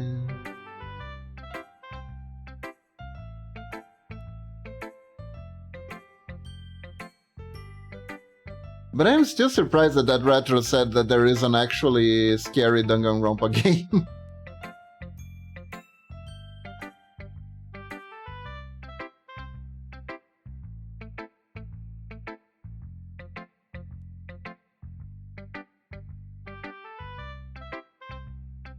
Truth be told, I don't find most like horror games scary. I find them stressful, but not scary. You know what I mean?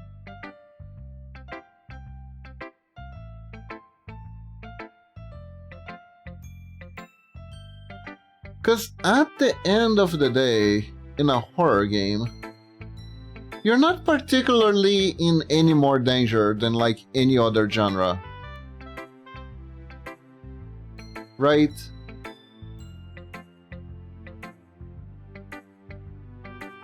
Like, oh, there's the risk of dying in a horror game. Well, there's a risk of dying in Mega Man. And in Mega Man it can be more terrifying at times.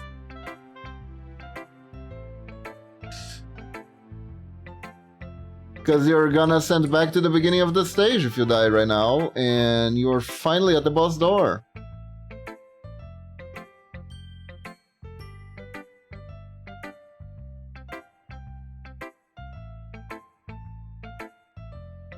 Jump scares are a thing, but I don't find jump scares scary, I find them annoying. For the most part.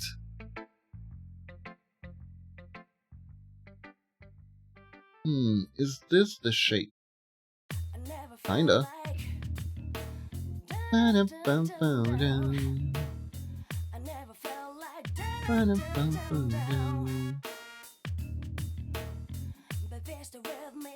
Well, kind of like this. With this.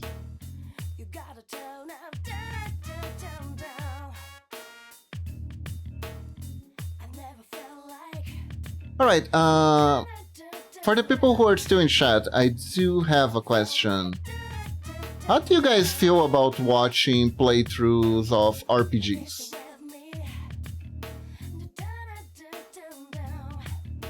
I know y'all like watching Deltarune, but Deltarune is kind of its own thing. It's Deltarune first, RPG second, in a sense.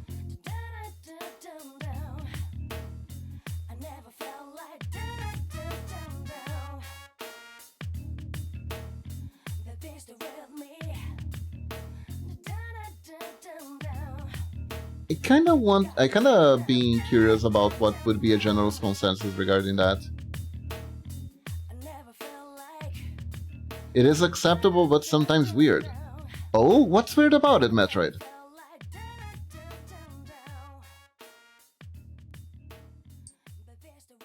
That seems like an interesting opinion.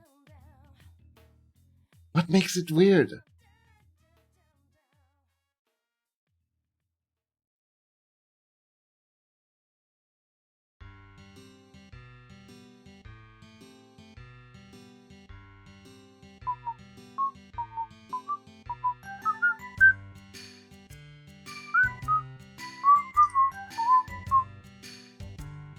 Can you repeat the question? It's getting a screen when you ask it the question.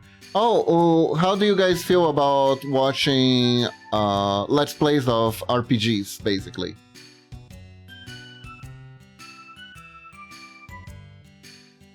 If I start streaming like, let's say I start streaming for the sake of argument, I start playing like Final Fantasy VI. Or maybe Final Fantasy VII. Dumb joke aside. How do you feel about watching people play RPGs? Not the tabletop kind. It's weird in a way that you are interested in the other options, but there's 50% chance that they never choose it. Ah, I see.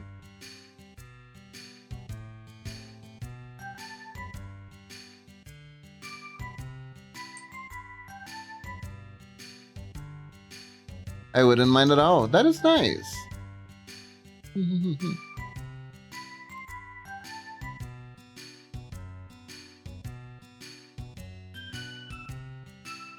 I played quite a few RPGs in this channel before. One thing I do notice sometimes is that, depending on the title, following the plot is not the easiest. And I know that sometimes the enjoyment of like a very story-focused game is if you could understand the story.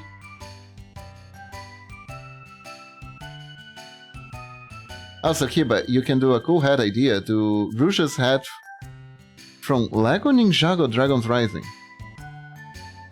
Okay, I was thinking of Rouge the Bat, and I was like, when was Rouge the Bat in Ninjago? You know, I never got into Ninjago. It came a little bit too late for me. I'll have to look it up.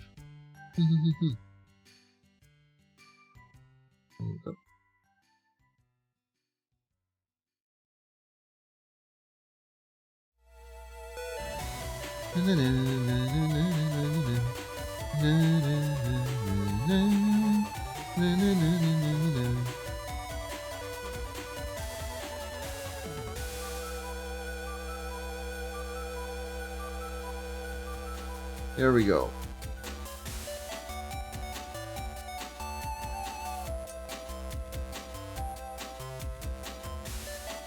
Like, for instance, there was one particular JRPG I kind of want to play. I think it's on Steam, but I'm not sure. But it has two issues. One, the story is so convoluted. It is so convoluted. I could spoil the whole story here right now, and you guys would probably, I'm 95% sure that your brain would eject the story from it. And you could probably see most of me playing with fresh eyes.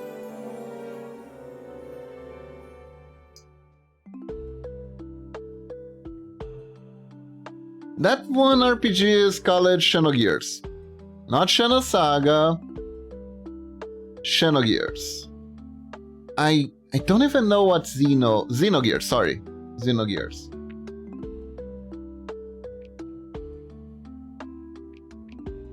It's technically from the Xeno franchise, the one that has like the pretty lady with big booba and the other pretty lady with big booba, and they kick everyone's asses in Smash because they're a tag team character and they're kind of broken. Yeah, those ladies. Lucian Pyre or something like that.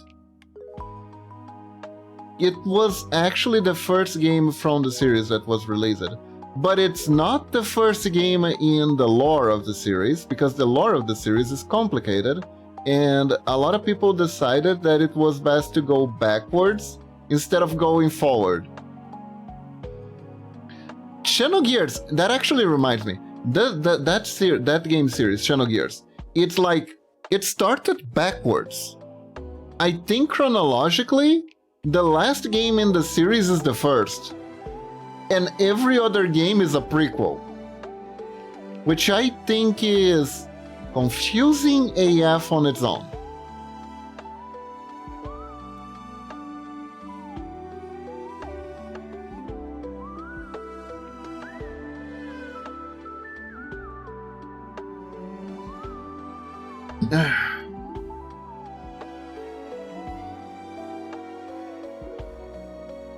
It was also written during a time where Evangelion was the most popular thing under the sun.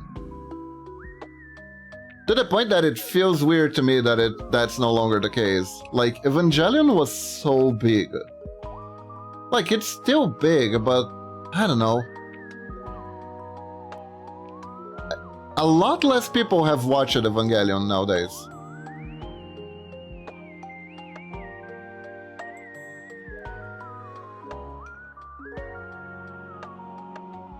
Also, to mention Metal Gear Lore Solid.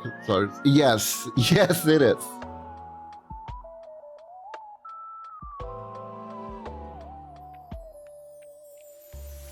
The funny thing about the lore of Metal Gear is that it being confusing doesn't detract too much from the plot, from the game actions. In the sense that, oh, who's the bad guy? Those guys we're shooting at. Okay, so we shoot at those guys. Cool. Oh, we got betrayed? I guess we're shooting these guys instead now.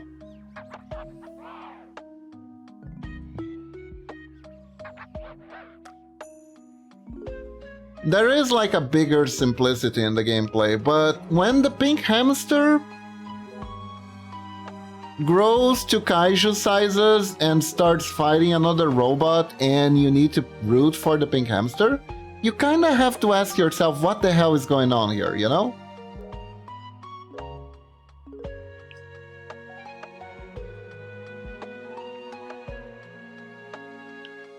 Especially after you learn that the pink hamster was also a secret bodyguard to the Pope, but the Pope is a girl. Right? It's very important. Maybe it's not very important, but it is very anime bullshit and it would be nice to understand what's going on regardless.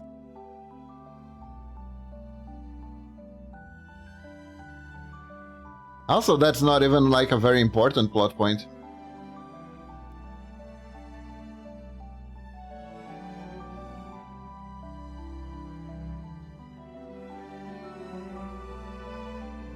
The whole second Metal Gear Solid game, if you played it or watched it, is having a mental breakdown. I have not.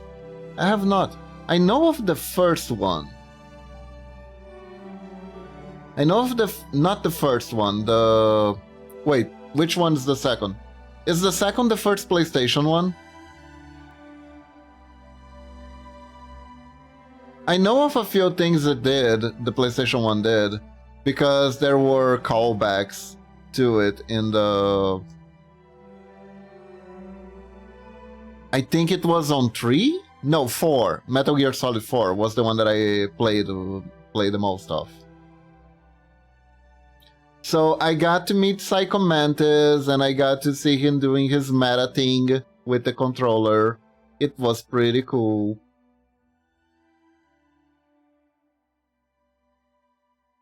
Kinda hilarious too, not gonna lie.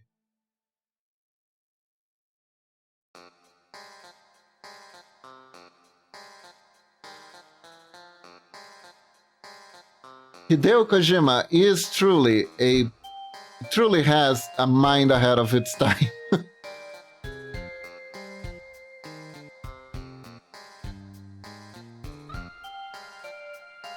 Yes, the pissing mechanic is essential to the gameplay, I swear. Oh, you know what other Metal Gear Solid game I played, actually? This one's quite underrated. It was one for the DS that had... that was a card game. I played the card game Metal Gear Solid. That one was a doozy.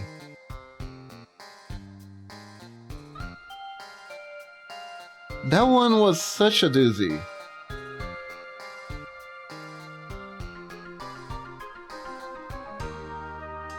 The Patriots and the S3 plane from the second game is wild.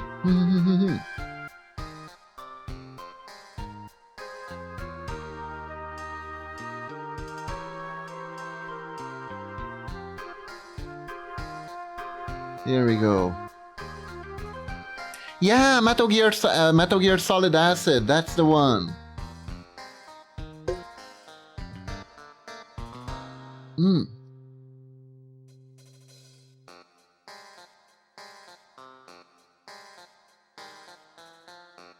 It was such a curious idea to put card game content in a stealth game that was mostly... You turn a stealth action game into a card game. That is bold. That is a bold move to do.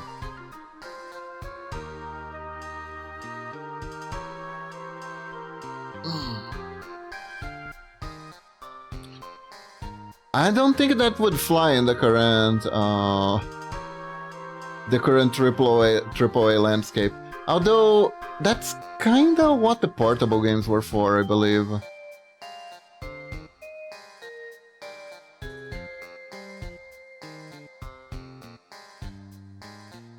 Like, whenever a series got a portable version, they would like try to innovate a little bit. Kinda like how Wario only exists because they wanted to give Mario a different villain in the Game Boy.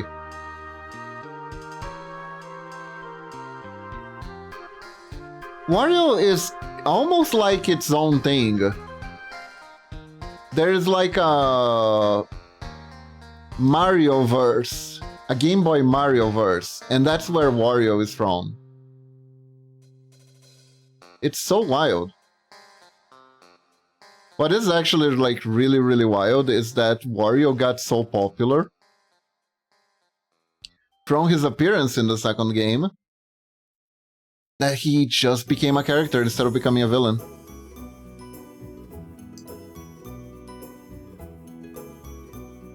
A bold move is the difference between the stealth MTG games and the Peace Walker MSGS formula. Revengeance was also a pretty crazy move. I don't know if people like Vengeance now.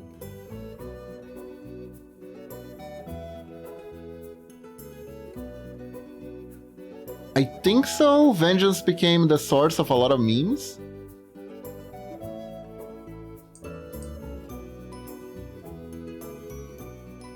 So it did get a rising cultural nanomachine son. Exactly. Also, kick-ass music helps. Having kick-ass music helps a lot.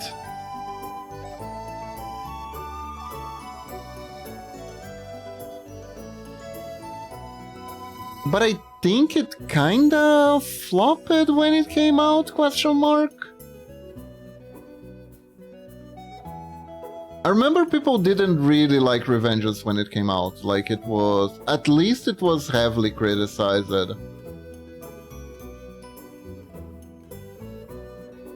For things I don't quite remember. But then people kinda came around on it.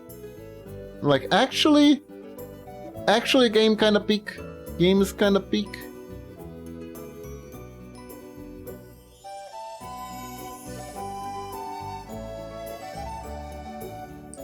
It's kind of funny how these things work. Sometimes it can happen right away. Like with Wind Waker. Where people were like, oh, Link looks too childish, this game is bad, I don't want to play it. I want a remake of Ocarina of Time in HD, how dare you? And then we're like, actually, the game's pretty good. Actually, I really like this. Game is a meme fountain, but fun and epic. The game literally is about memes.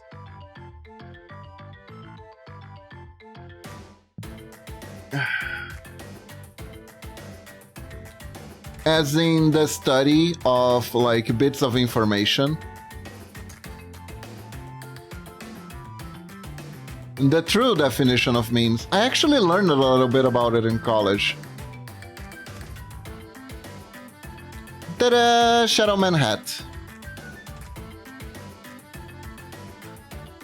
I think it looks pretty neat.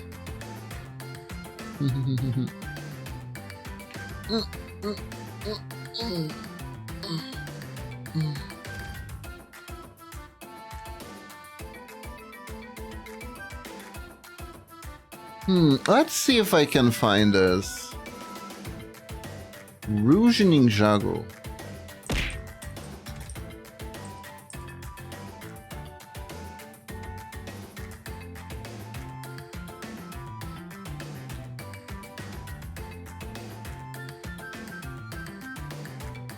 Ah,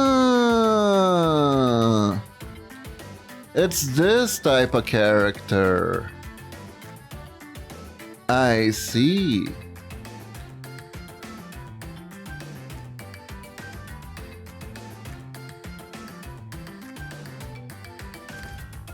I see. I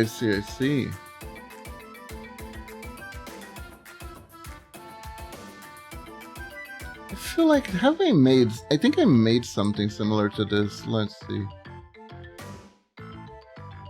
Yeah, we kind of have this hat.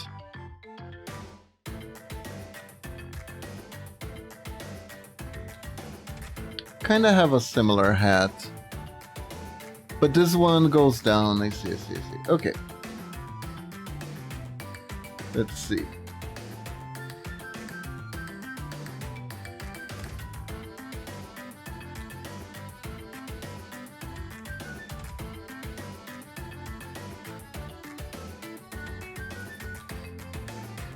New. Paste.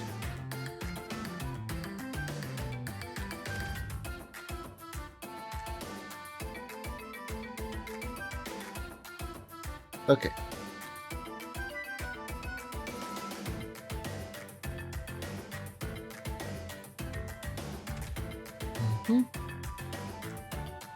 Let me try.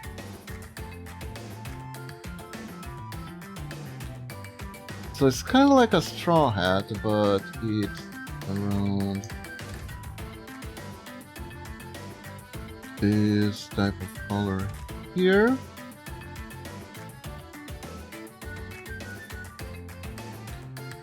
There we go. And the hat is gonna be humongous from my understanding. So let's see.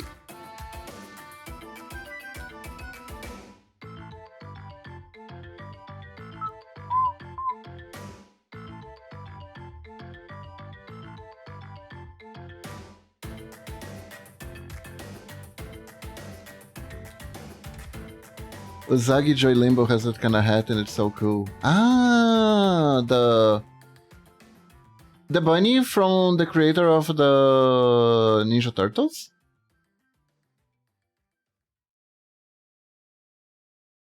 Usagi Yojimbo?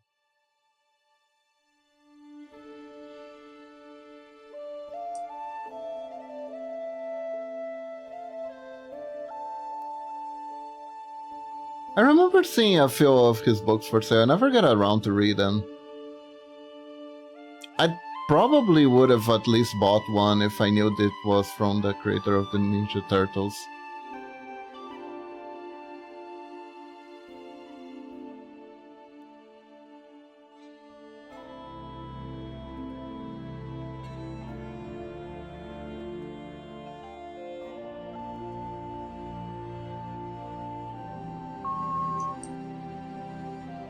Speaking of the Ninja Turtles, they are making a game. A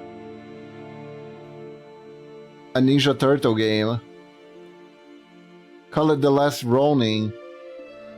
And I think Magic the Gathering spoiled the game story? Weirdly enough.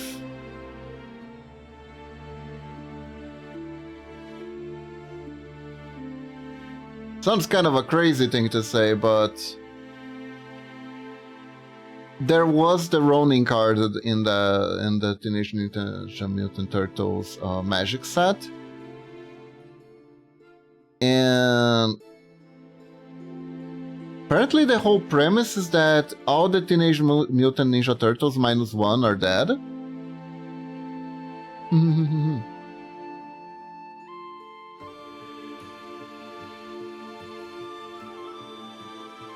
And I don't know which one was the one that survived it. I think it's Mikey? Michelangelo?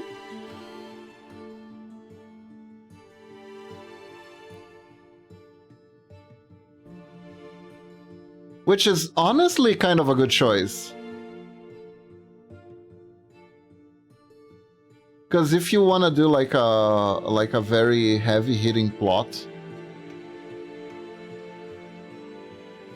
where like the Teenage Mutant Ninja Turtles died and the last survivor is looking for revenge,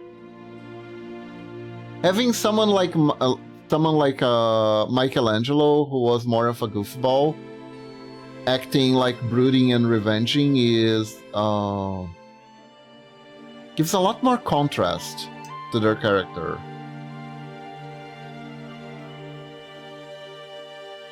I read the comic so many times, it's bloody and so good.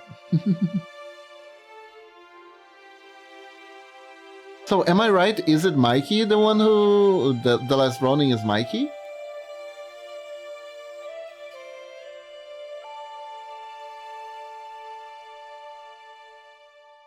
That is pretty cool.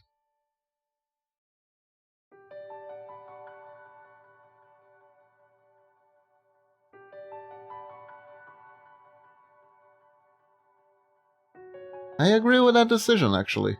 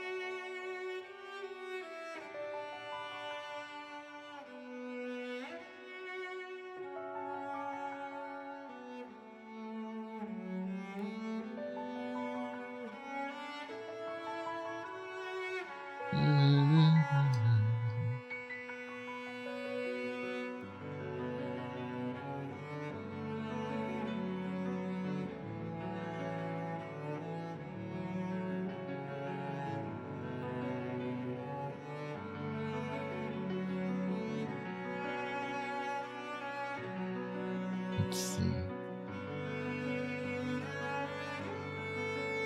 Here we go. Brutal serious and Mikey is on the bastard to choose. The funny comedic one is the last and became serious and bloodthirsty. It can even be like, I don't actually watch the show. I haven't actually seen the I haven't read the series. But I'm just gonna spitball what I think it is based on like the very glimpses that I saw. It was something like Mikey survived because he was underestimated, right? And he also has tremendous survivor guilt because of it.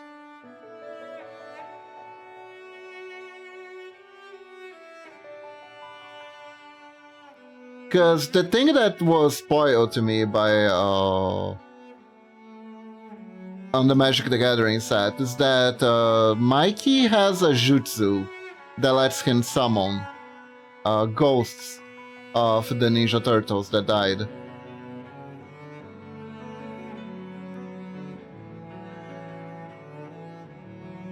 That is both a powerful jutsu, but also means he is very much still holding on to their debts.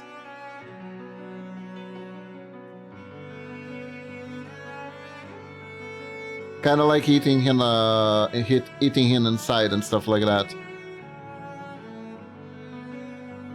So yeah, that's a pretty good premise. That's a pretty good premise.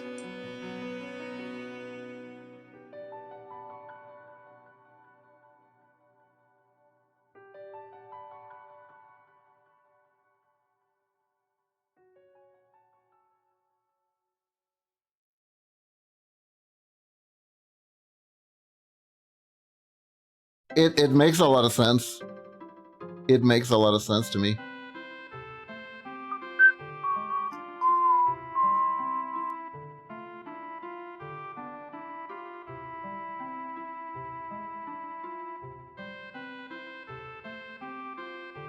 Man, I remember playing Final Fantasy IV for the first time. It was so hype. This music is from Final Fantasy IV, which is why I'm talking about it.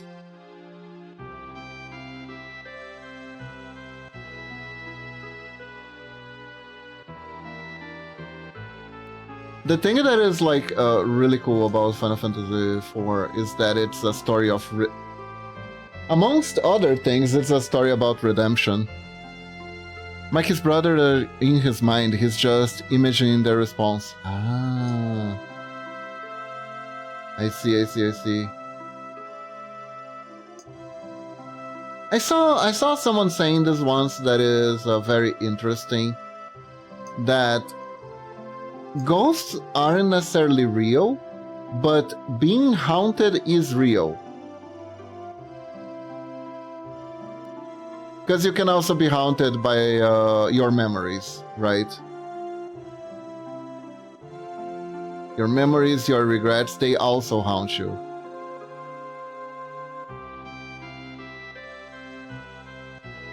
So I'm assuming it's something like that.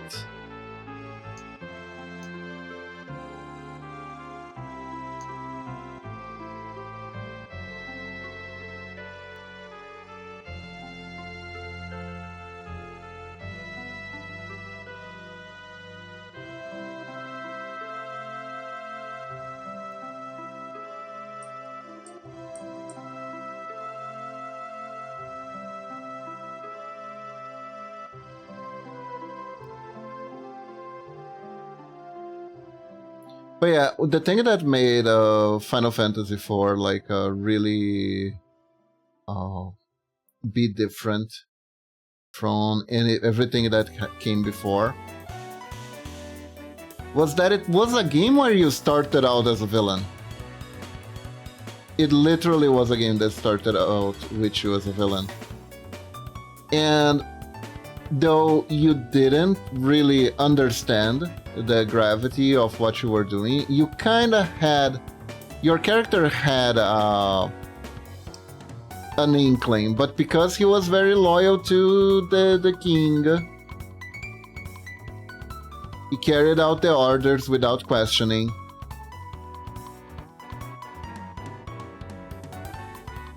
And then comes a point where you stop being useful, and the king betrays you, and then you kind of have to go on a quest to stop whatever the fuck is actually happening. I want to try a Final Fantasy game, but I don't want to start with 7.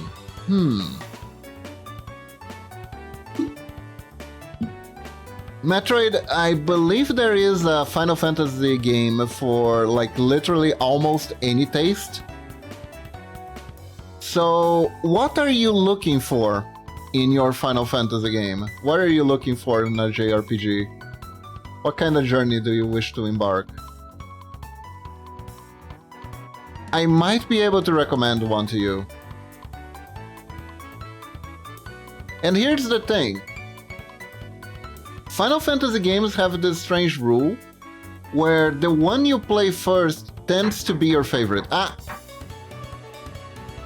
Okay, Momochi, I'm coming! That was Momochi. The food is served. Okay, so I am gonna take a quick break. Gonna eat something. And I'll get right back in a second. BRB.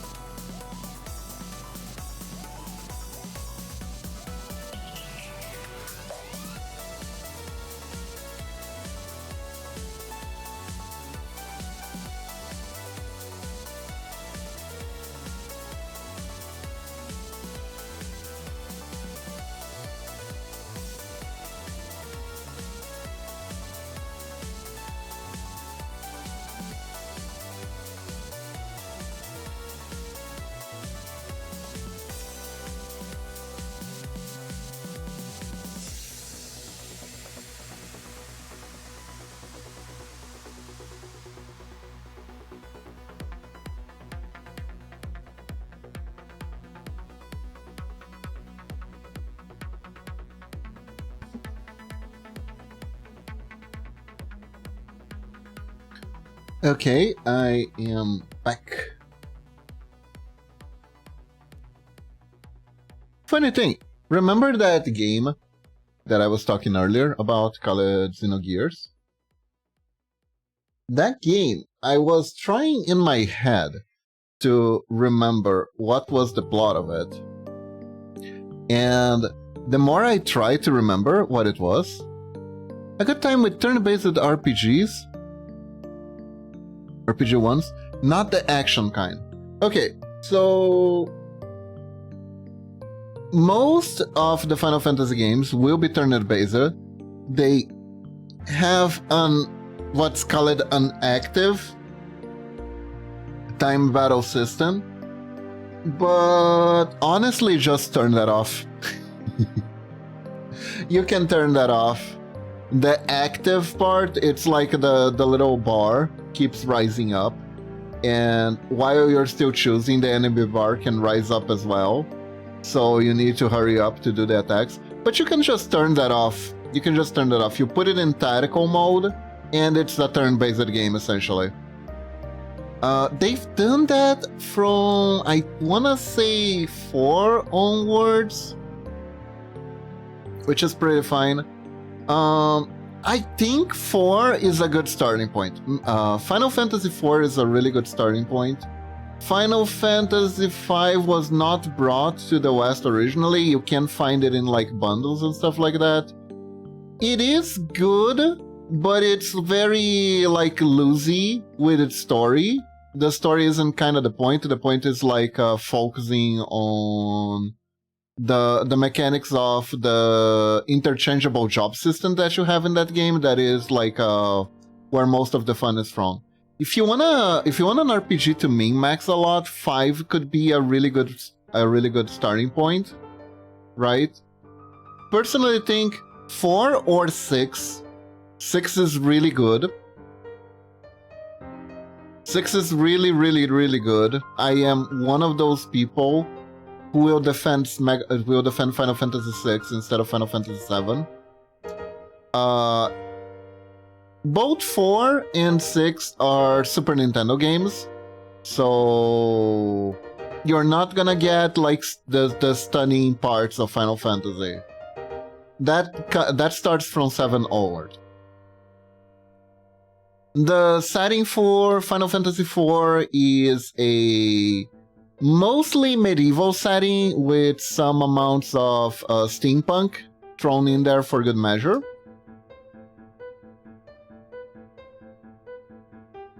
So you got knights, but you also got flying ships. That's the Final Fantasy classic experience. Final Fantasy 6 is a little bit more different, because they started going more hard into magical sci-fi stuff. But it's still more grounded to the older style than 7. 7, they just went all in with the sci-fi stuff, basically. I really like 6 a lot. I think it's one of the better Final Fantasies. Of its time, at least. And I don't recommend 8 as a first time Final Fantasy. 8 is kinda janky, and not many people like the plot and main character. Not many people like the main character, period. The plot they're okay with. What they're not okay is with the main character.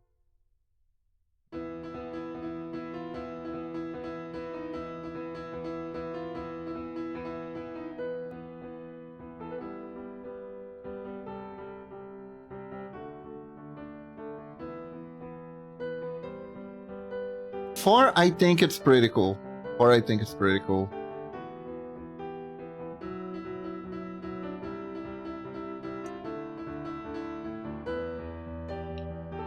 I will not spoil the plot of 4 for you then. I'll let you discover it on your own.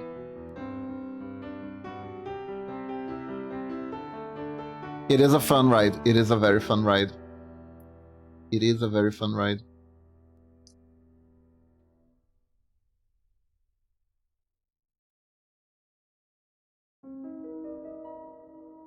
Also, fun thing, I was eating my snack and I was trying to think about the plot of Xenogear. And I was thinking, how do I sum that plot up? And honestly, I couldn't figure out a way. There are some gaps in my memory about the plot of that game, actually. Which is fair. It's been a while. But at the same time, when I was trying to describe it in my head, I realized I sounded like a madman. That thing about a pink hamster growing to kaiju size, that's nothing. That's nothing compared with what that game has to offer.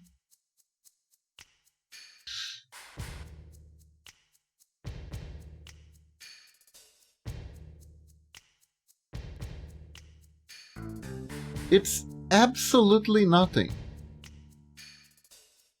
I actually love RPGs, but Mega Man and Mega Man X games with their fast pace and kinda ruined RPGs for me a little. Ah, I see. RPGs, they can be very slow, right? Especially some of the older ones. The animations are very time consuming. And another issue, like this when I discovered this, I was a little bit mad, I'm not gonna lie. Apparently, did you know that a lot of RPGs were padded out when they came to the West? This I was mad when I discovered this. So, as part of the initiative, the GBA and GBC Pokemon games are so slow, they absolutely are. They absolutely are. As part of like that weird anti-rental store campaign that game companies used to have back in the day, right? Just to make sure, to make absolute sure you were going to buy the game, right? What they did was they padded the grind time of the games when they were exported to the West. So there are a lot of games that actually have a negative experience debuff to the main game to force you to stay in certain areas grinding for longer.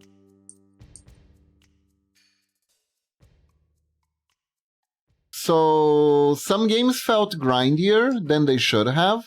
Like one example was Breath of Fire 2.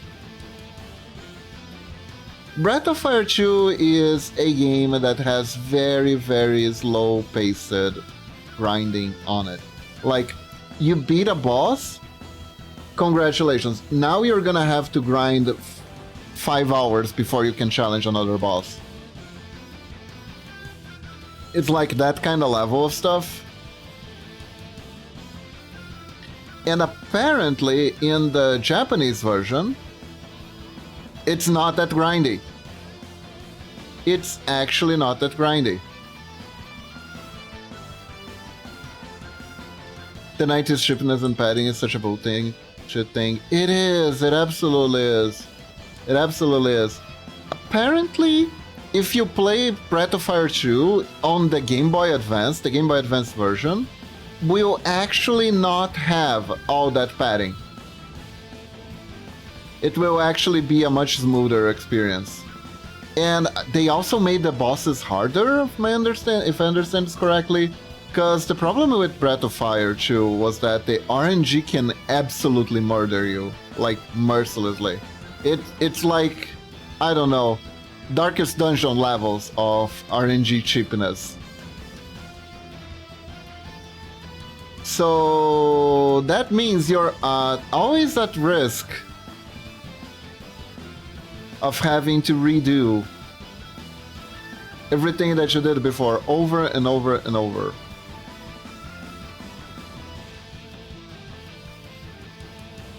Well, there you go.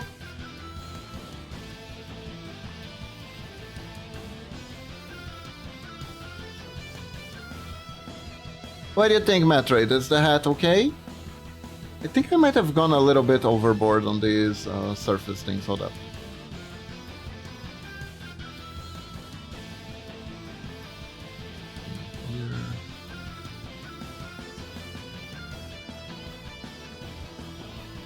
Ah, there you go. Yippee!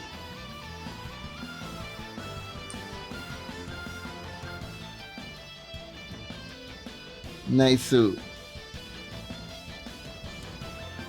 Here we are. Here we are.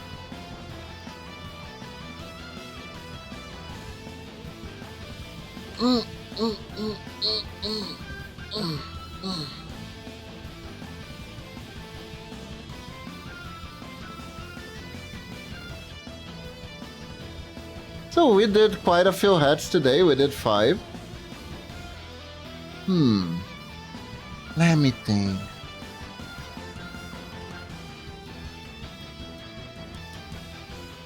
Is there any cool hats that we haven't done yet? What? So what's next now? Well, since I don't have any commissions, I was thinking of starting, because like someone asked me for a, like 2 weeks ago, someone asked me if I had like any ref sheets of my model, and I only have of the male model. I don't have of the female model because I was the one who drew my own model, and I wasn't really paying attention in making the back, for instance. So I think it would be interesting to make a ref sheet of myself. It would be interesting. I'm not gonna try to do it in the same, completely in the same style as my current model, but I do want to make it big enough that I have enough details, basically. So that's what I want to experiment with. I want to try to make a ref sheet of my model.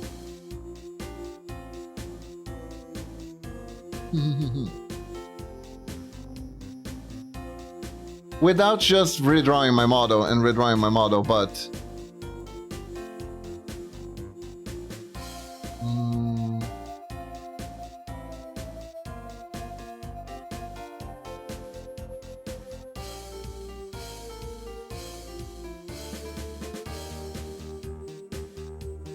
Problem is the way I saved some things.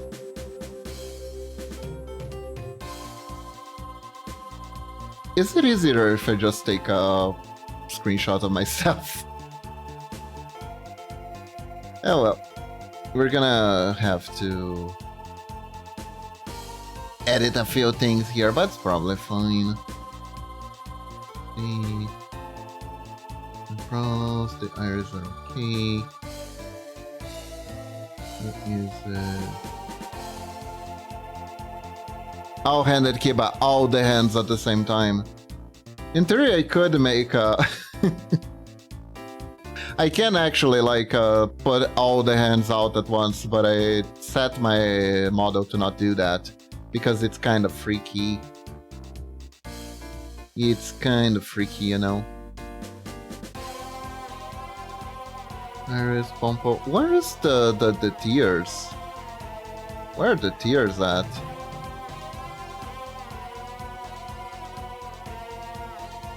Set here, side lash, lower eyelashes.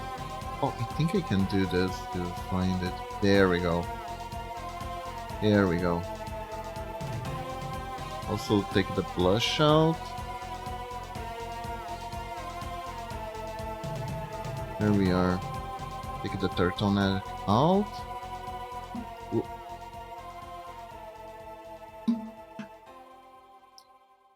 And necklace neck, that's fine. Take this out. Nope, this one's important though. Take it out, take the piece, take the hand, the white, take the fitting. There we go.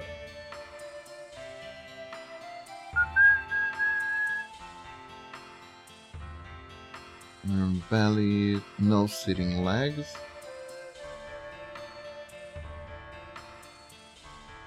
Yes, 2 legs. Huh. Where are my legs?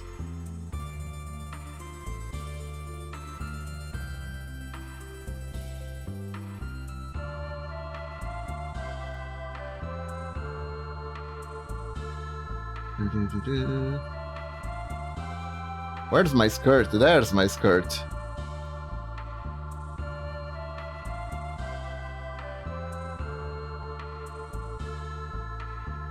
There we go.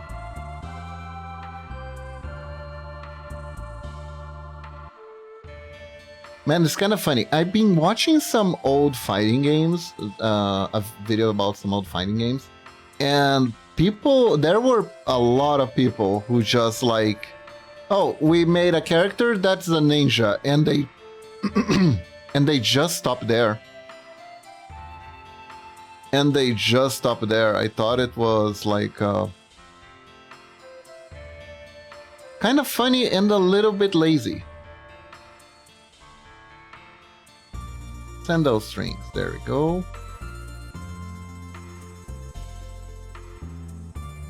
Okay. Take the sweater body out. We're almost done.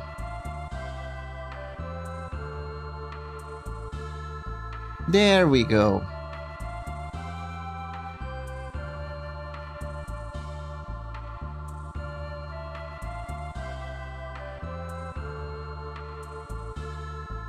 No back mama hair.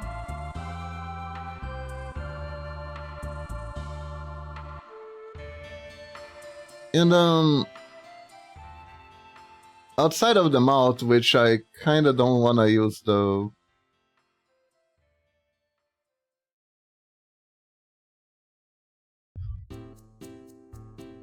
Let's see. Let's close it. One.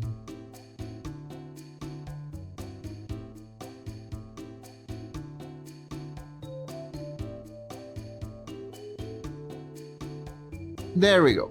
There we go. Now we have the right pose.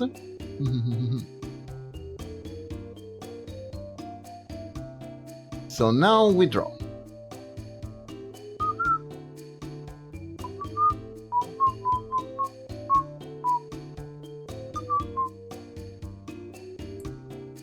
Because my model, the canvas for my model is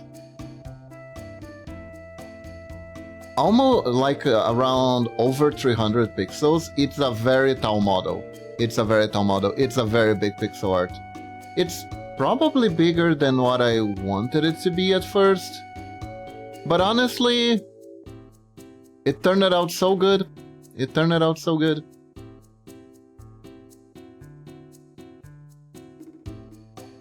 But yeah, I think I can scale back on the size a little bit. I'm doing this one.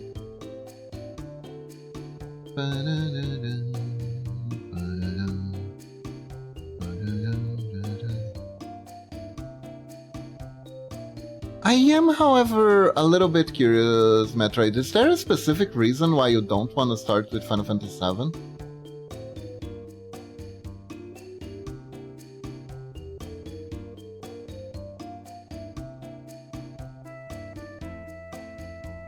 Is it just because it's the most popular one, or is there like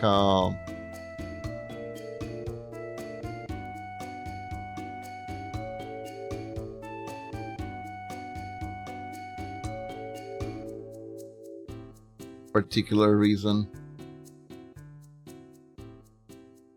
Final Fantasy VII was one of those games that was like really funny.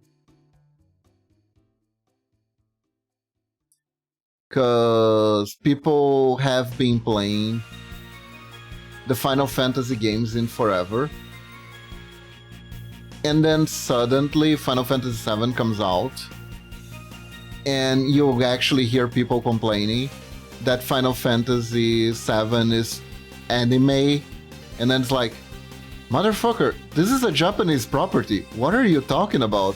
You've been playing anime all along.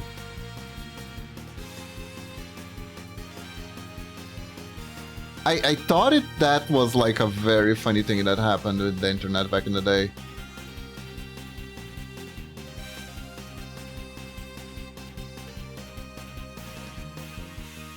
People were way more hostile towards anime than they are nowadays. Final Fantasy VII is a game I heard a lot about, but I don't like the remake and I want to start somewhere else in the game series. Oh, that is fair. As far as I remember though, you can still play the original games. The remake isn't there to actually replace them. It's almost an alternate universe. Almost.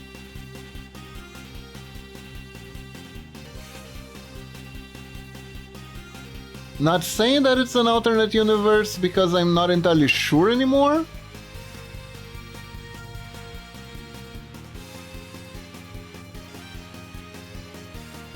I swear, I'm not entirely sure anymore. They've been going back and forth on that a lot, so I'm not entirely sure anymore what the hell is up. And I haven't played I played the first of the remake, right? I haven't played the second one because it took so long between the first and the second game that I kinda didn't want to bother anymore, you know what I'm saying?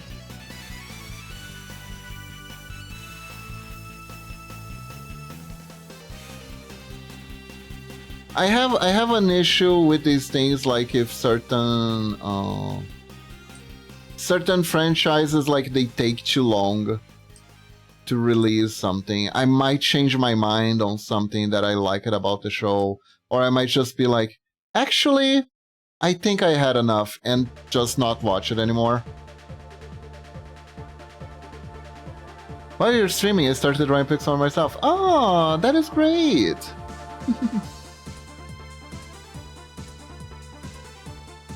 That is fun. I like that my stream can inspire people to try to draw themselves. That is cool.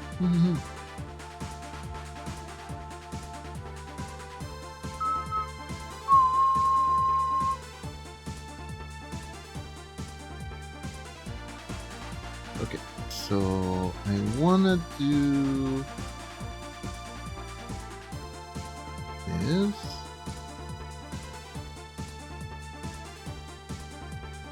I want to make sure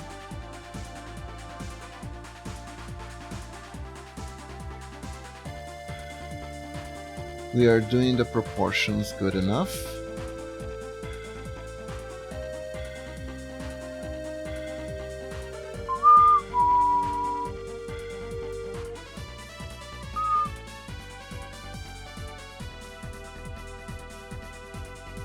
Yeah, I don't know exactly what is happening on the remake, because at the end of the first remake, there is like some specific events that make it seem like it's gonna change all the events that have happened in the game series. But then you start playing. You start playing the other game, and I watched a Let's Player, and it feels like the other game, it doesn't deviate from what happens at that point in the game. So at that point I was like, wait, things don't seem to have changed at all. What are you doing, game? What are you doing? What is your goal, actually?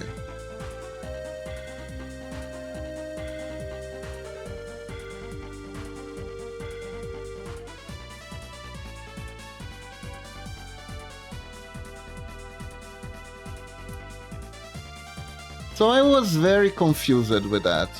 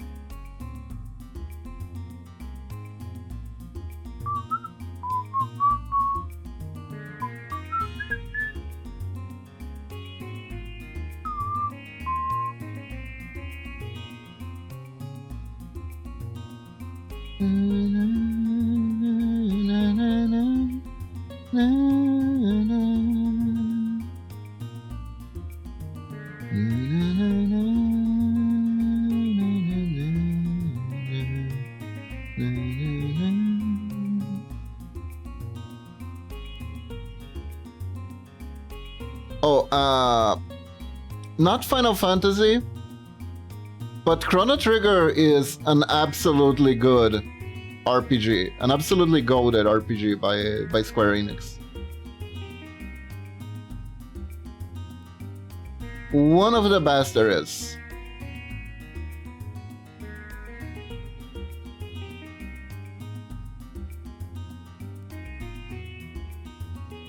And not just because it has art done by Toriyama, though that helps.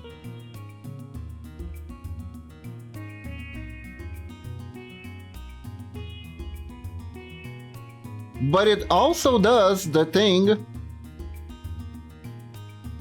that most find it possible.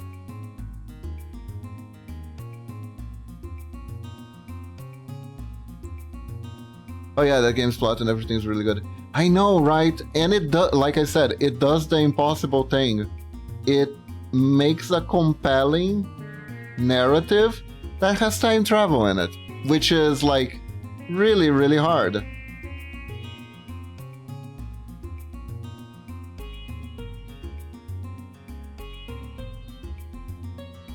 I don't know if this is 100% accurate, but I have noticed that bringing time travel to a plot a lot of the time makes the plot relatively worse for it. Chrono Trigger is one of those games where the plot being time travel actually works instead of like making the game worse.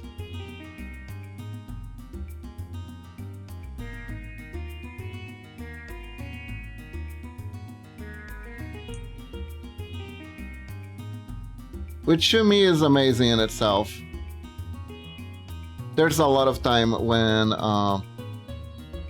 time travel can like put certain things at risk, like the consistency and logic of the story can kind of fall flat sometimes because of time travel, or even sometimes it can be the consequences of the actions, because theoretically they could be undone to time travel. With time travel, that can sometimes happen. Or just like, because time travel was introduced and it turns out is like a really OP thing, so the writer has to go out of their way to try and justify a bunch of nerfs so certain things can happen. And then the whole point of the time travel kind of becomes completely defanged, and it's like, why did you introduce this anyways? We were going to just nerf it. It could work like time travel concept is weird. Could be pulled off like X-Men's Days of Future Past or Chrono Trigger, and in a bad way as well.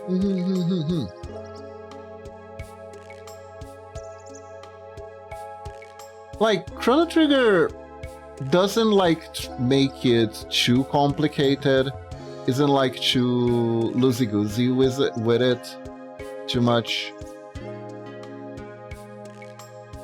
It's kind of like, you're mostly fine, right, messing around with the timeline, as long as you're careful to not do anything that fucks up things too badly. It uses the butterfly principle without making it too scary. Because like, one of the main things that time travel, like fucking up with time travel that they did in the game, was Marles vanishing into thin air because she showed up in the castle and they weren't gonna rescue her great-great-great-great-great-grandmother. That technically NTR's the king with a frog. Ah! Hey Wib, welcome to the stream, how are you doing? I've been exposed. How are you doing today? Hello, hello. But like it is like it's really fun. It is really fun. You know? The whole thing.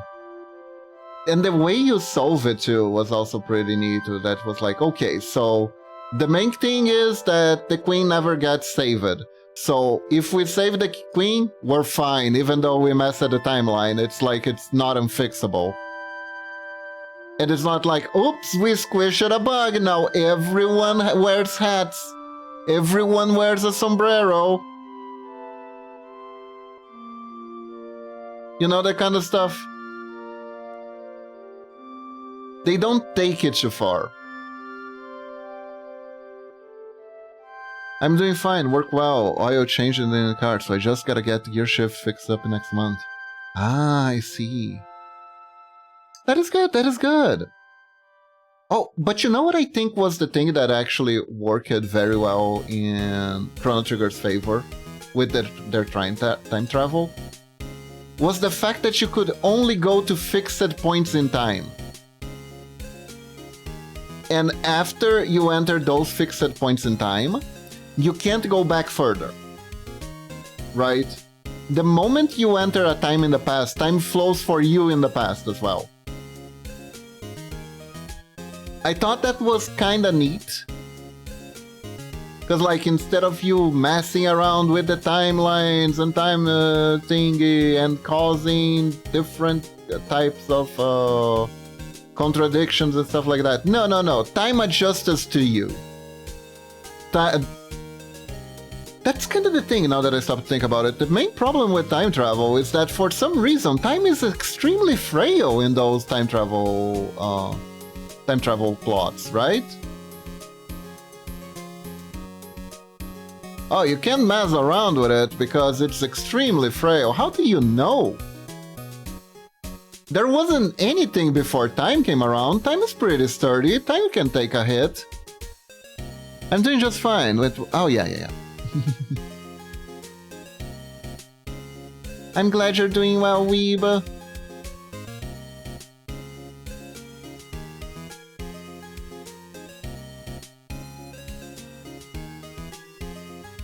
That's what I always thought was kind of weird in the most time traveling literature. I mean, it creates a lot of tensions, you know? It's also interesting. Another place that was very interesting, I think this kind of became the norm with time travel in comic books, where traveling in time doesn't actually change jack shit. I think Steins Gate did it really well. Steins Gate. I think I only watched Chaos Head from the Steins Gate series. And I remember that Momochi had a headache trying to watch it, so we kinda dropped it off. It was very complicated.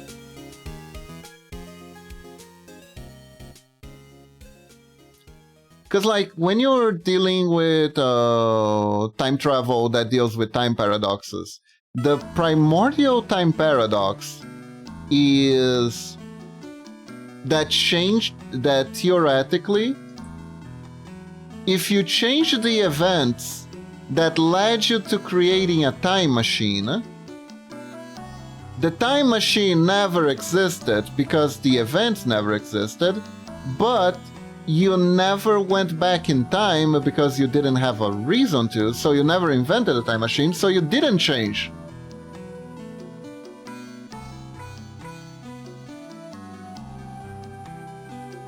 So the time machine is impossible to exist.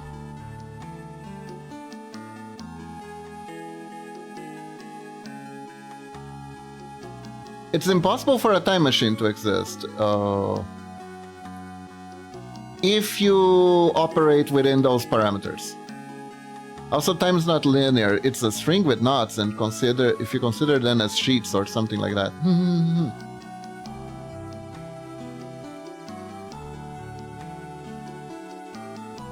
So sometimes, depending on the plot,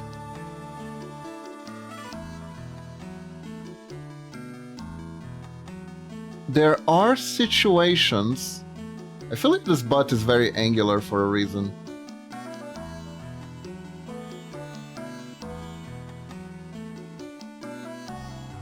Some reason. There we go, there we go. Gotta soften the ties a little bit.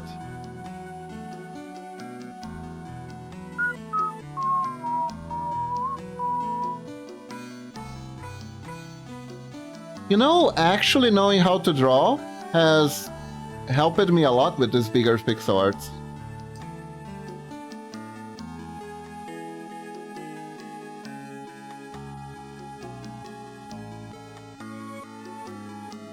Money well spent. Was money well spent.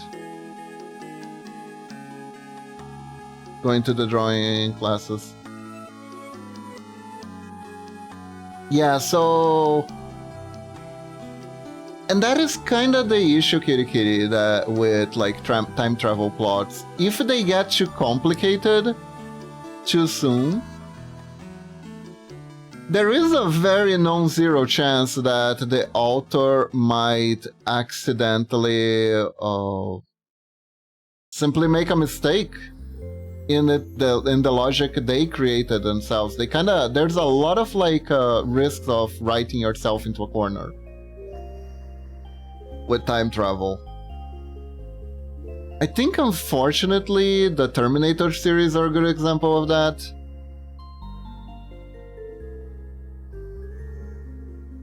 The main thing in time travel stories is that time string is going to fall apart or collapse. Yeah. Or time is silly, it just doesn't make sense. Like, they tried to do... I think it was the last Terminator movie. They tried to, like... replace the whole John Connor mythos, because that was solved.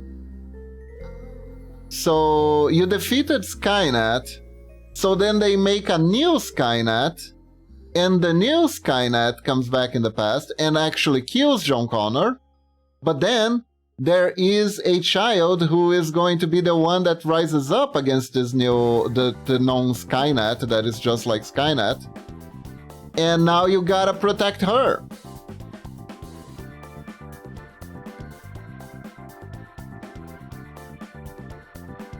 And I haven't watched the whole movie yet, but they could almost get away with it by like the concept of the canon event from Spider-Man, where it's like, oh, you can't stop it. There's gonna be a machine uprising.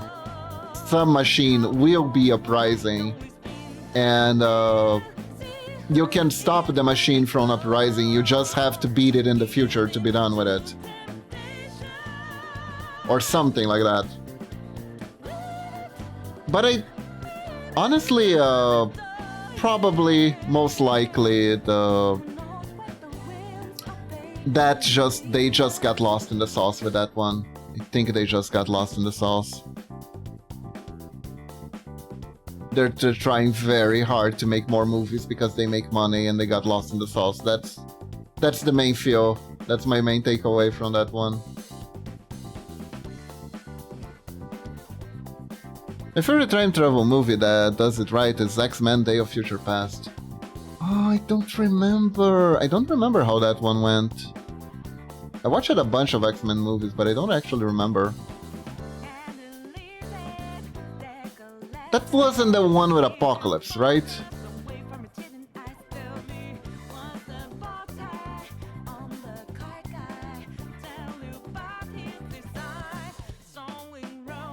Trying to remember.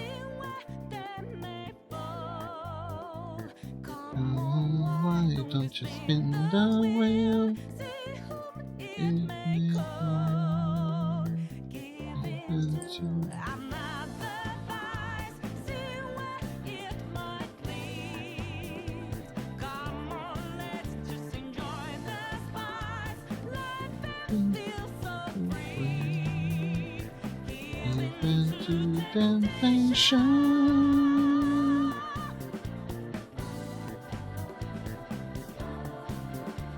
Though the temptation is this music is not the fun kind, actually.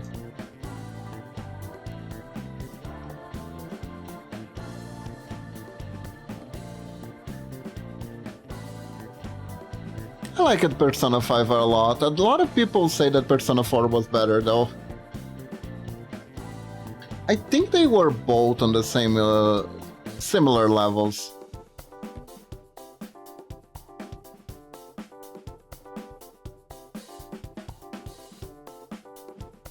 Even in that one, it's a bit weird. Time travel is very weird in general. Bug went back in time to stop Mistake, to stop her killing the president and capture him, analyze his data, and create the most scary sentinels ever. Oh.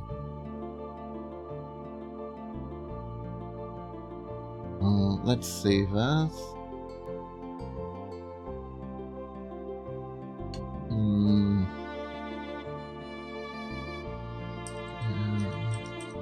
Sheet. Mama Kiba. There we go.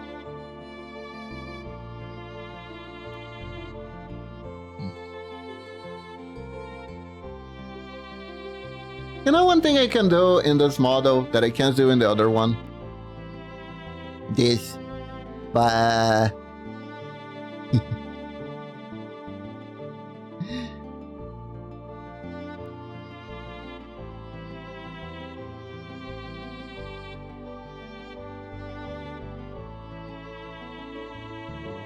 I think proportion-wise, I think the feet are okay. I think I can make the legs a little bit bigger though.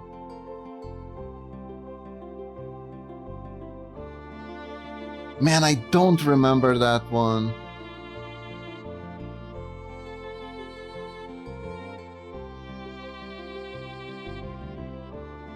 There were a lot of those X-Men movies. What I liked about Steins Gate is that they tried to change the future in such a way that the deviation from the original path reaches to a certain amount, which in turn means that time is a branching thing. Yeah, I remember like DBZ did a very simple thing with Trunks that was basically time is a branching path and you kinda can't, but you kinda can't change the path you're already on, right? So Trunks tried to come back to the past to stop things from happening. Instead of stopping bad things from happening, he created a diverging path where bad things don't happen, but unfortunately, where he comes from, bad things still happen. At the same time, he doesn't endanger his own existence by making an alternate dimension where things happen better, right? Which is kind of bittersweet in the end.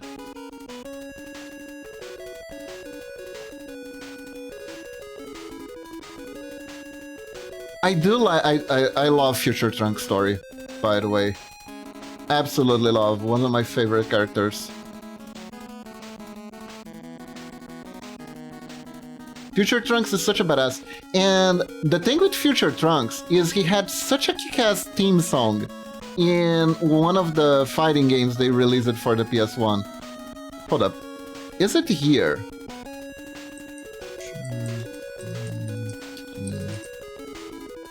I wonder if this is here.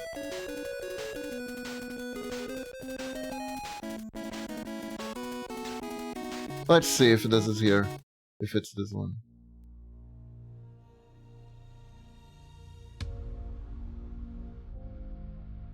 No, that's not it, unfortunately.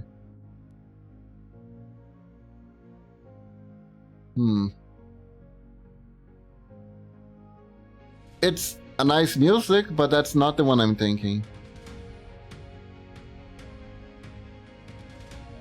Yeah, no, that's not it. MCU made it weirder. Oh god, MCU.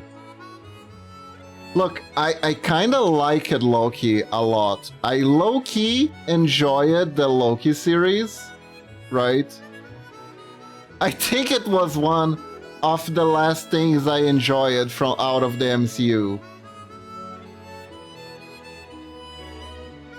In fact, I know it was one of the last things I enjoyed out of the MCU.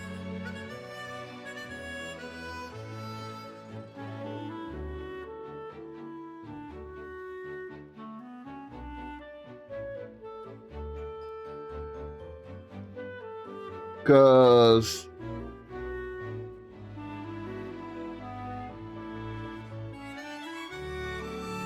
it was like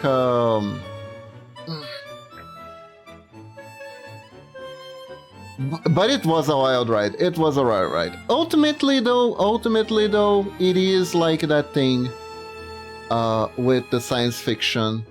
We don't actually know how it works. We just speculate on it.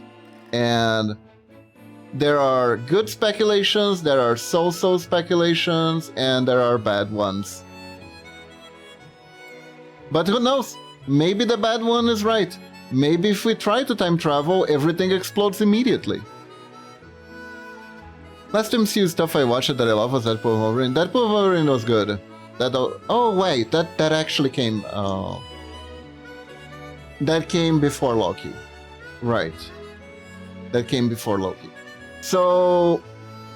I like Deadpool and Wolverine. I'm gonna have to correct myself here. I like WandaVision too, now that I think about it. But then they undid everything they did in WandaVision in the Multiverse of Madness movie.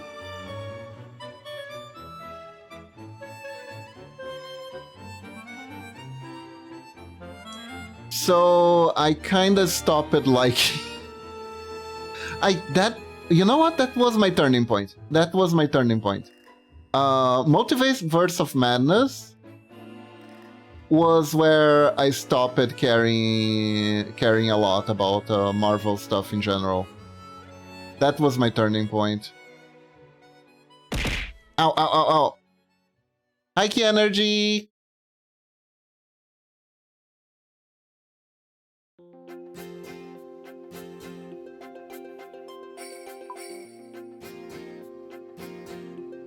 Yo!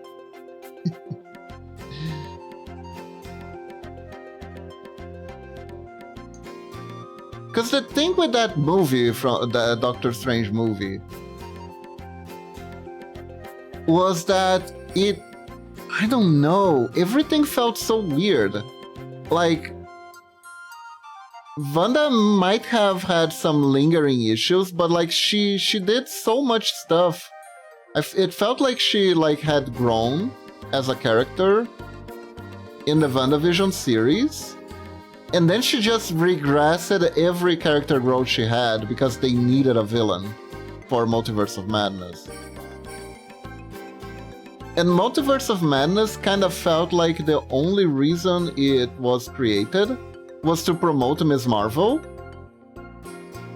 It was at that point that you start like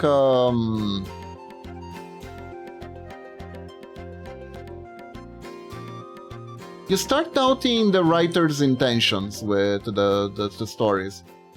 It started to feel less like they were trying to create interesting stories and more that they were trying to push out. Every new product is an opportunity to push out another new product.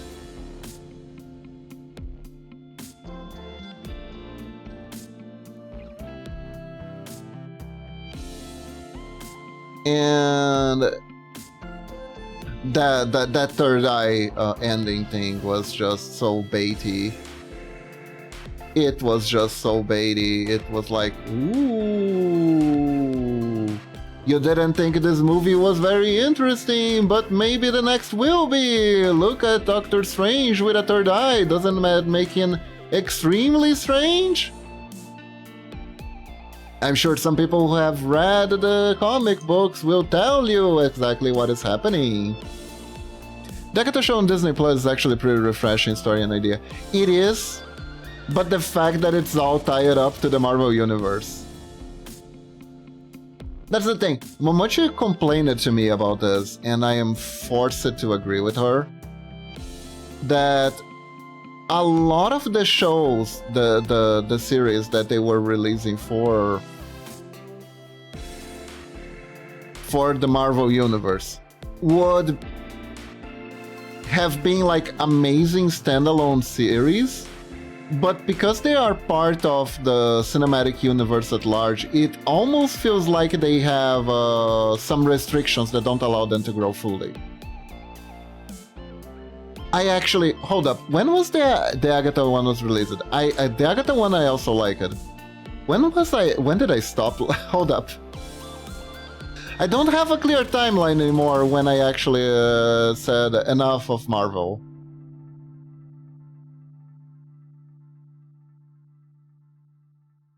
Oh yeah, Multiverse of Madness made me aware of Marvel. You know, now that I think about it, there wasn't a tipping point. I just looked at everything that was being released and was like, eh, and just stop it. There wasn't a tipping point. It wasn't one thing, it was everything.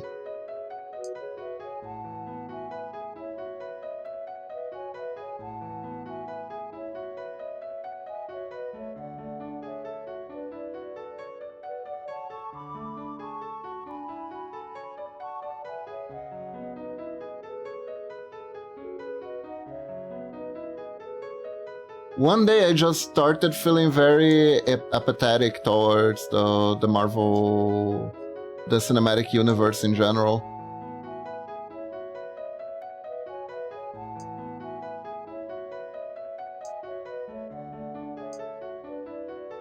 Was just a little bit like, I think we had enough. I still watched the Spider-Man one,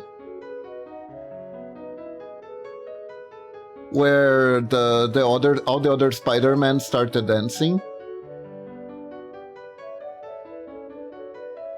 together,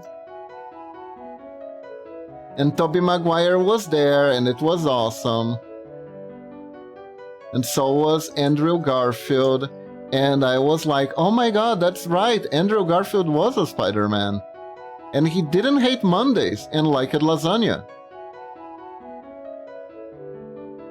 Which, honestly, I don't really know who Andrew Garfield is. I just think it's funny that his name is Garfield.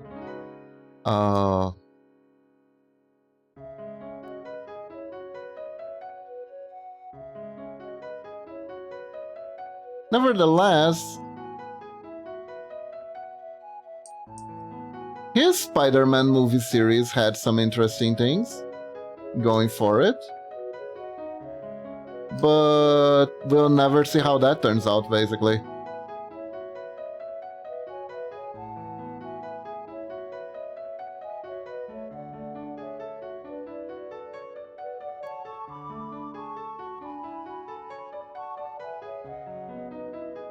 And also, I know, like, Marvel is like superhero stuff, but I still didn't quite understand how the kid went from like, wow, I just had an amazing super journey with a bunch of witches and learned about magic, to I'm gonna wear a superhero uniform now, you know? Especially if you're like a magic practitioner, you really don't have to. Like, Doctor Strange wears his silly clothes because they help him fight. The cape is literally alive. It makes sense.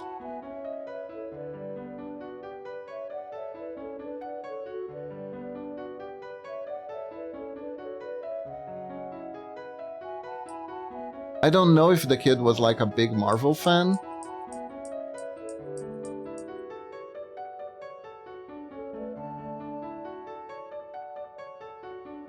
And that's why he made the outfit, but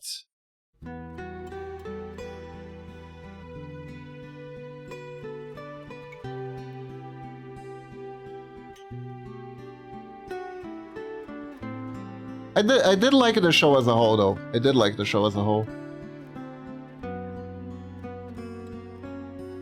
And Agatha, I always thought that Agatha was a very interesting character.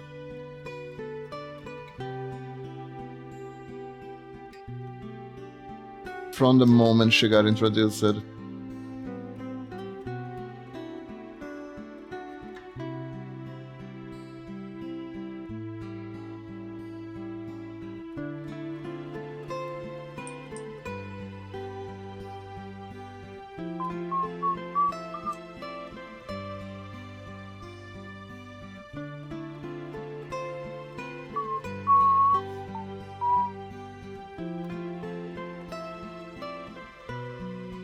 I think currently the main problem with the Marvel Universe for me is just that it's been a lot, and the last ones that I watched felt very like, we're setting up for the next big thing, and after that there's gonna be a next big thing, and after that the next big thing, and the next big thing, and you need to watch it all, and you need to do your homework, otherwise you're not gonna understand what's happening. The problem with the Marvel Universe is actually that it became too close to the comics. Because, like, that is the main flaw of superhero comics to me, is that you need to do your homework, right? And, like, if you need to do your homework for an ongoing series, fair enough. I can not like One Piece, because in order to catch up to One Piece, I'll probably need to read at least 1,000 chapters before I can get to the part where I left off, right? And I cannot not want to watch it anymore because of that, and that is fair. That is valid. Right? But imagine if I wanted to, let's say, watch, I don't know. Let's say I wanna watch Demon Slayer. I already watched Demon Slayer, but come work with me here, okay? Let's say I want to watch Demon Slayer. Well, before I get started on watching Demon Slayer, first I need to watch One Piece on episodes X and Y, because the concept of the first demon is introduced there. Then you gotta read Bleach from episodes 207. See how that's kind of a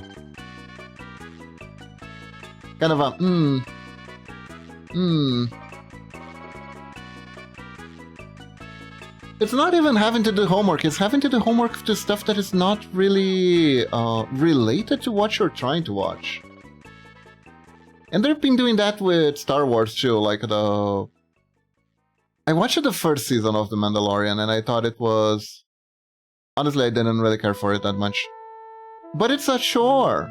But now, yeah, apparently, if I want to watch the second season of The Mandalore, I'm also gonna need to watch the Boba Fett show, because apparently, in the middle of the Boba Fett show, the Mandalorian appears in that Boba Fett episode, and stuff he does in the Boba Fett episode affects his main storyline. So I have to watch that. Then I think there was something, I saw like a list. Then there was something about Ahsoka, which is a character from the Clone Wars cartoons that got her own show. And then I gotta watch her stuff, because she appears in one episode and she starts talking about a thing that I can only understand if I watch her show. And also, technically, if I want to watch her show, I will need to watch The Mandalorian, and I will need to watch the Boba Fett one so I can understand fully what's going on. It's a lot. It's a lot. They're expecting too much out of people, and I think that's alienating the fan base at large. Which is weird, because their goal is kinda to they kind of want to appease to a large audience, but then they do ask for stuff that is only more entrenched fans would do for them in order to follow their stories. So there is like a fundamental flaw in how they're approaching the cinematic universe thing.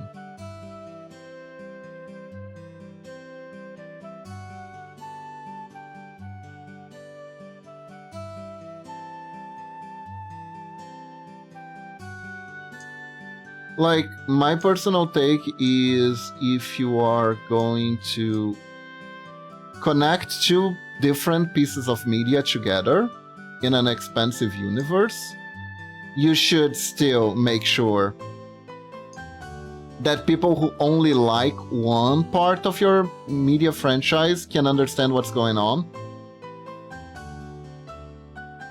They eliminate the casual people just so the hardcore fans watch it. That's the problem.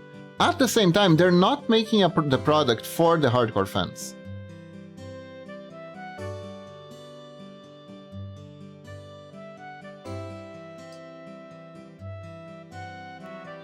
I'm not entirely sure they're also writing for the hardcore fans, because the thing you're gonna see the most are video essays about people complaining about stuff. Although I have recently learned that complaining about Star Wars is kind of a grift sometimes.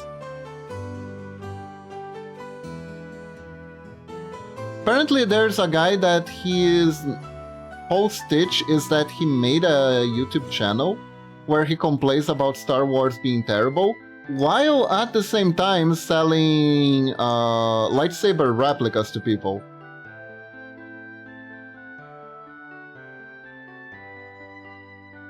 And he is using like rage bait engagement to make sure more people see his lightsaber replicas or something like that.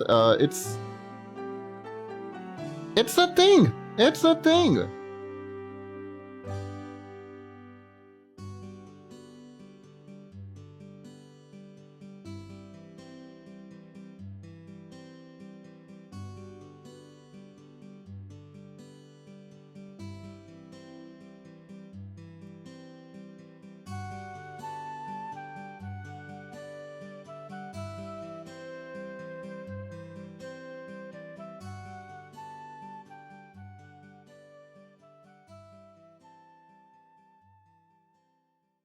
So I don't even know, but yeah.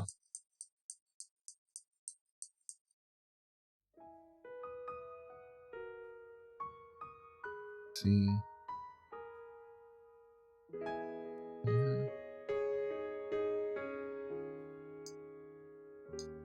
Oh, I ran out of water. Just 1 second. I'm gonna grab some more. I'll be right back, okay? Don't worry. We'll get that hand right.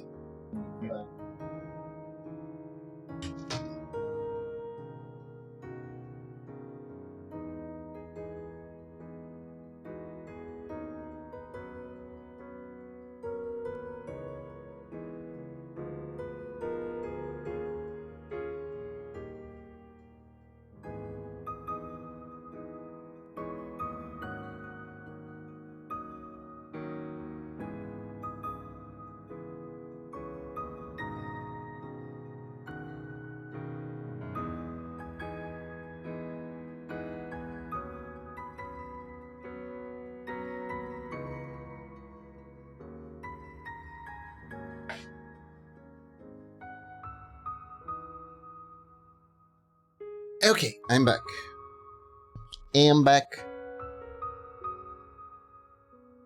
I think I know what my issue with the hand is.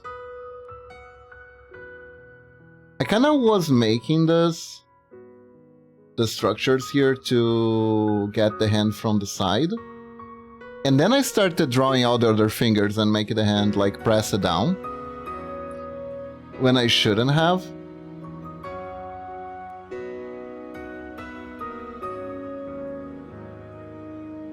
Because when you're making the hand from the side,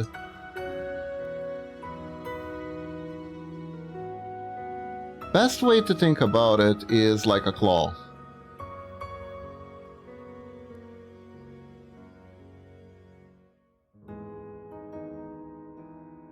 But you know what's kind of interesting? There is one kind of one perspective that can be kind of scary for the fans to consider. That maybe the franchise just needs to chill. Maybe we don't need more Star Wars.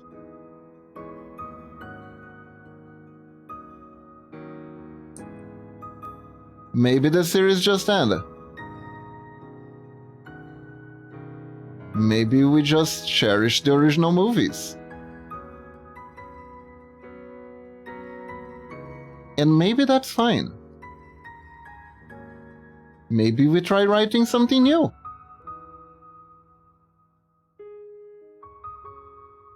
And maybe it can be better than Jupiter's whatchamacallit, because I heard not a lot of people like that one very much.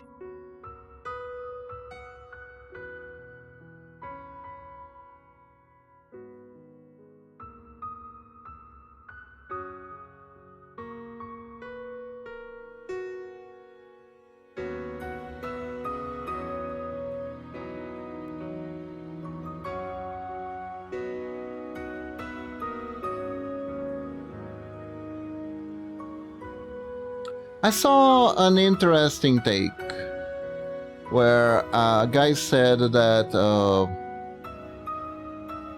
the main reason why sequels are bad isn't necessarily because of anything wrong with the writers. It's because the more a series keep going, the more the series become about itself rather than the topic and the issues it was trying to tackle at the beginning.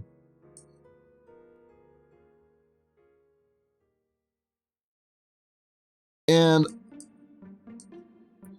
the modern franchise philosophy is that everything can be forever green franchise, and that's the problem. Yeah, that is just executives. That is just executives being like, why? If we follow the algorithm formula, we can do this forever. Remember live service games? How the video game industry execs were like, oh, we're gonna make our own live action game, live service game, and it's gonna last for 1,000 years, and it's gonna give us money continuously because they're just gonna play the same thing forever. Surely people don't get bored. That's not a thing that human beings do. I get bored, but I'm different. I'm special. Other people don't do that. They're gonna be there forever. Forever. We have created psychological traps that will work indefinitely on people. So we don't have to worry about a thing at all, and we can completely ignore the fact that other human beings actually work very similar to us. That was kinda what happened. A lot of companies wanted their live service game to basically expected everyone to adopt their live service game as much as they would adopt the next one. A lot of live service games, ignoring the fact that live service games for the most part are also lifestyle games, which means you can't play them all. It's the same with the card game rush. Everyone has an idea for a card game, right? But the second a player plays a card game,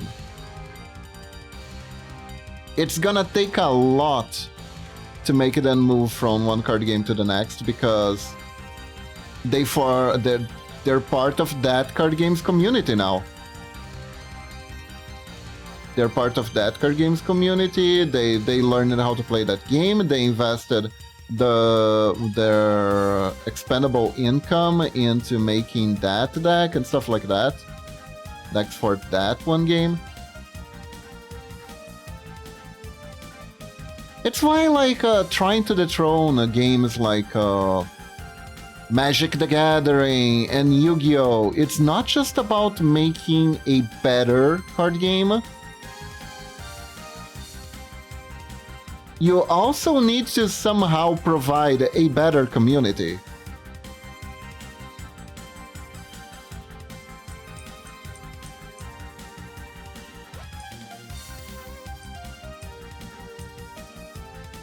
And it is gonna be a gamble at the end of the day. That's kind of the thing. The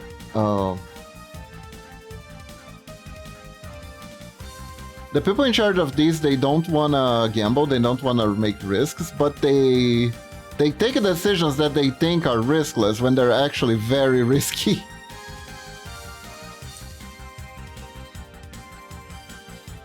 And then go shock at Pikachu face when it doesn't work.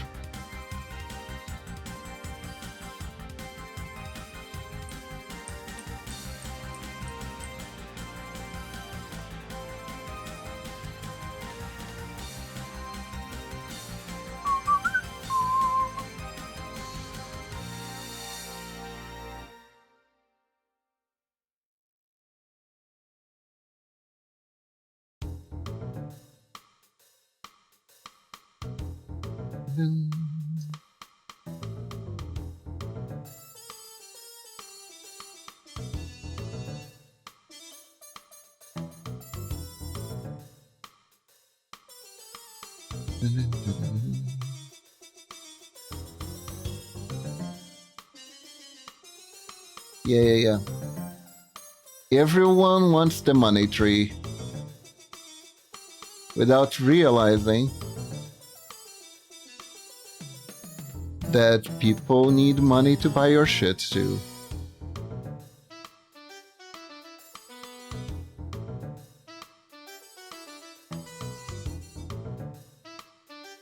That is kind of a funny thing, right?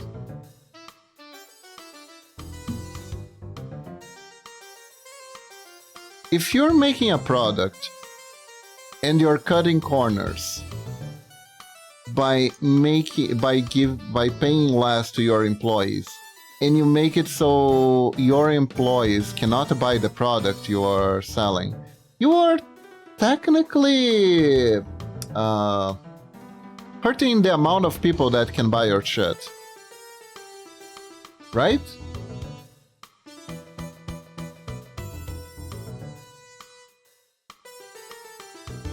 So you have less market reach because you made your market narrower by doing that alone.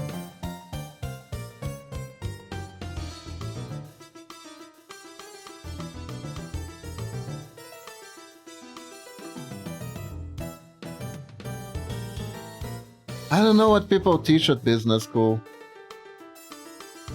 I really don't.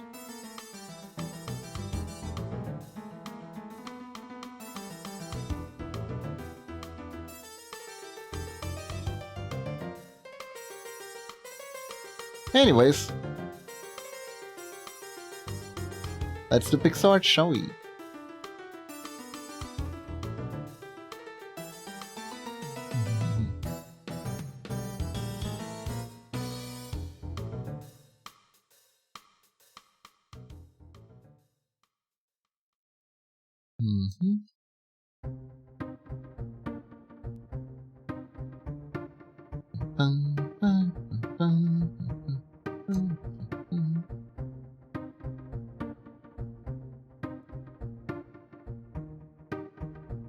Still a little bit Claw-like, but...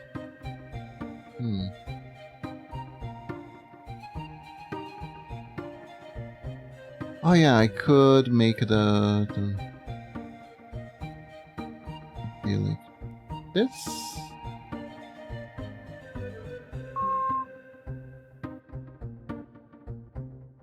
There it is. Okay, that's a little bit too much for pixel art. Like this.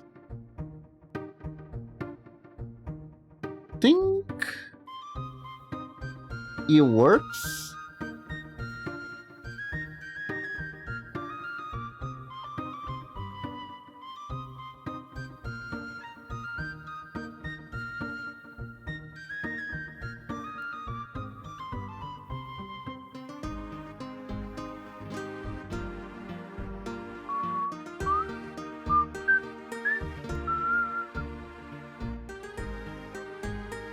I am trying.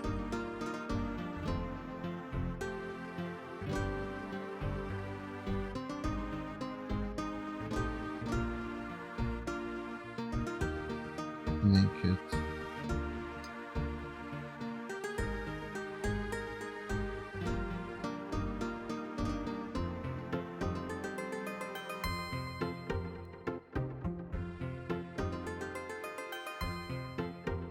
We are in the age of remakes. For better or for worse. Not that I complain necessarily, I really like the Rama Half remake. I think they did a good job. There's no nipples anymore, but what are you gonna do?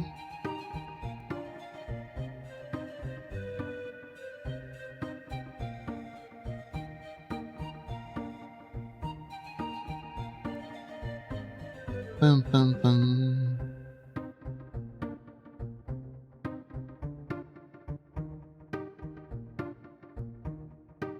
Bum, bum.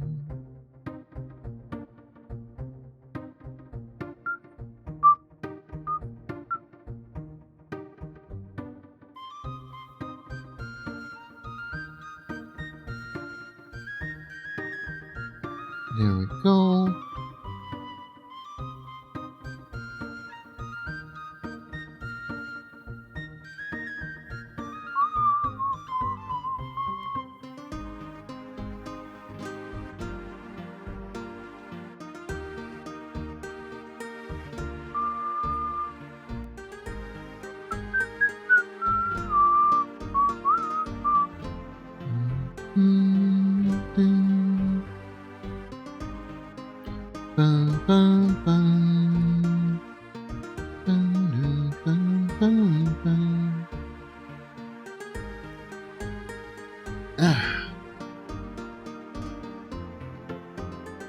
Okay, I think we have a good arm here.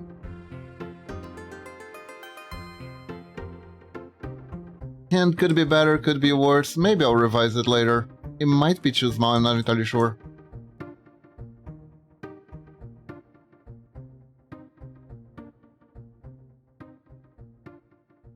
Nevertheless...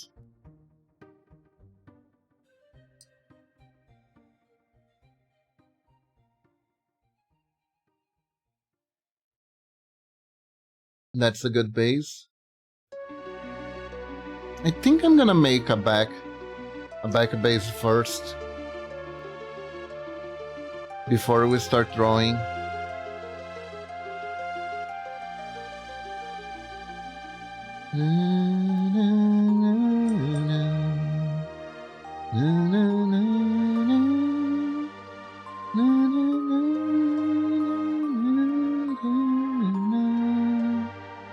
Oh, you know what would be a good idea? I could make this like I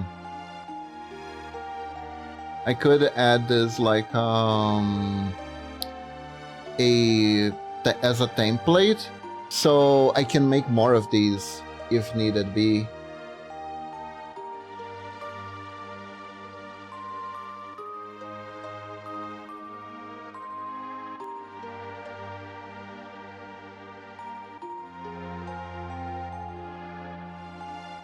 From the back.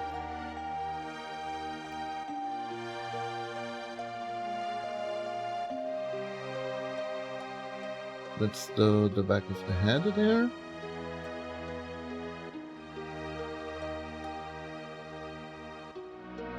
I can argue.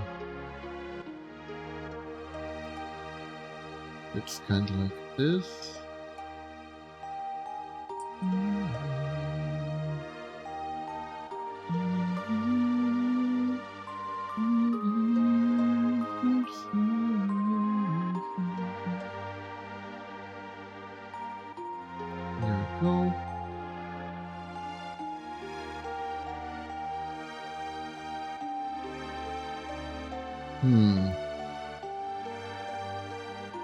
Let's see. On the theme of remakes, the good thing would be that it stand out a bit to have a separate personality and not overshadow the originals, change stuff mechanically, reimagining, and not lie in my face about this is... About that it's like being a remake. Oh. I see. It is complicated. Like, it's hard. I think it's very hard as like as a creative, right? I do think it's very hard to not want to overshadow something when, like, I do think, okay, personal theory time with a little bit of stuff that is like actually based on things that I heard, right? A lot of like when it comes to writing stuff, especially stuff that is for a specific franchise, right? There is this advice in the Hollywoods, right? That basically says for you to,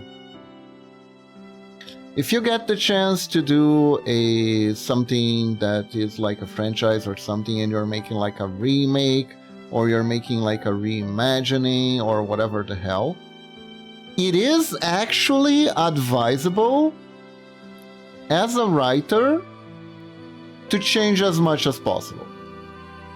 Because if you change as much as possible and people like it, you can be the guy that did the change that made an already beloved franchise better. Now, is there like a big chance you fail? Yes. But the reward apparently outweighs the risks on an individual level. If you're trying to like launch yourself to a large audience and you're trying to launch a career, that looks really good on your resume. So it makes sense that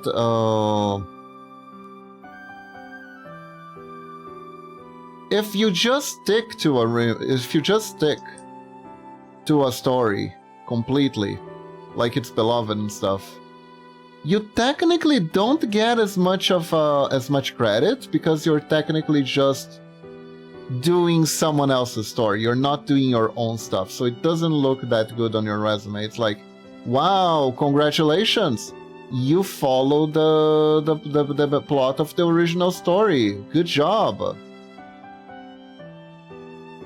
There's no pizzazz to that. There is no like, oh, you're the revolutionary guy who thought that turning Ahsoka into an armored polar bear was the right thing to do, and you were right. Amazing. We're gonna give you $1 quinquillion now.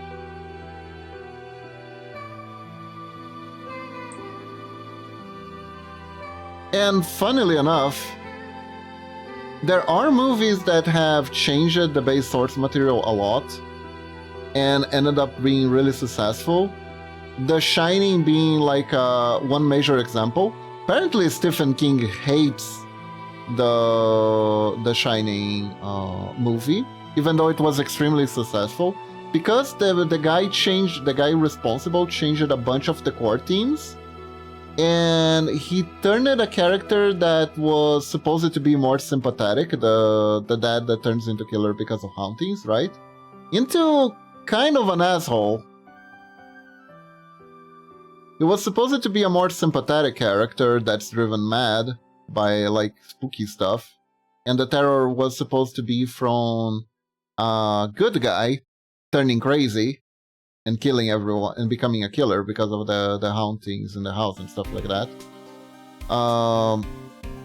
That was supposed to be the main source of fear from that movie.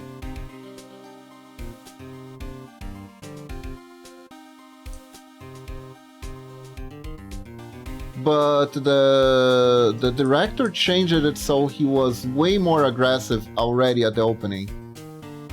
to be like, there is a seed of uncertainty here, and wasn't what Stephen King was going for. Turns out it was a really good idea, and people really resonated with that more. But Stephen King hates it.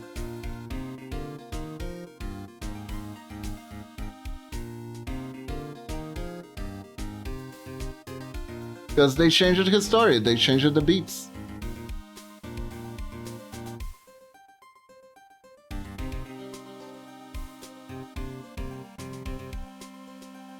Now, is Stephen King wrong for hating it? I don't think so. It was his story, technically.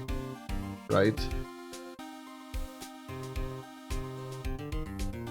But technically the guy wasn't wrong for changing it, because he saw an opportunity to make it better, and he actually did make it better.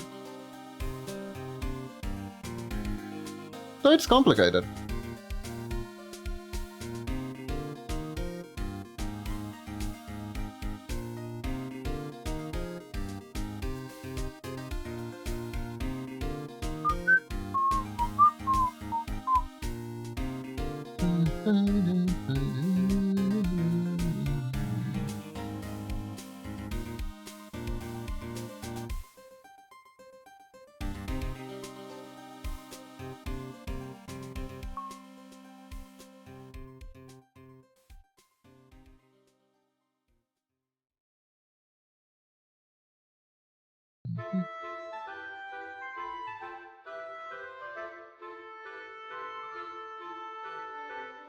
Yeah, there's still some stuff I'm gonna need to adapt.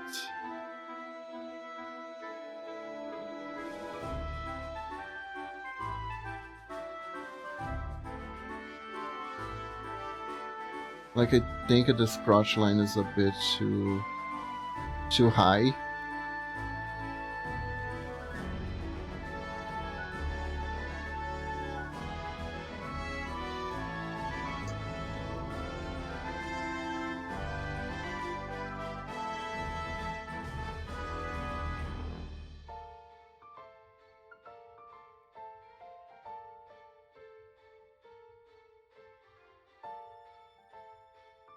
Here we are.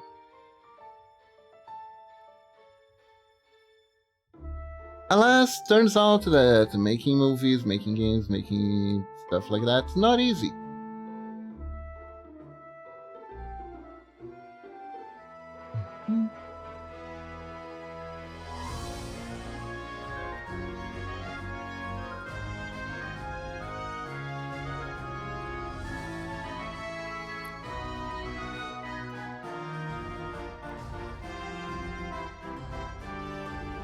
I should probably make like a single layer for the eyes to make it easier on me. Finding it and stuff like that.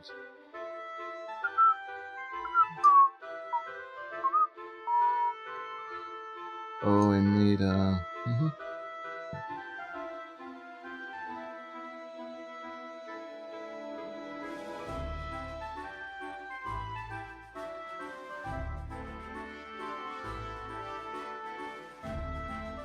There's a trick for finding where to start drawing the eyes pretty easily. Unfortunately, it doesn't work on Kemono people. Which I happen to be one.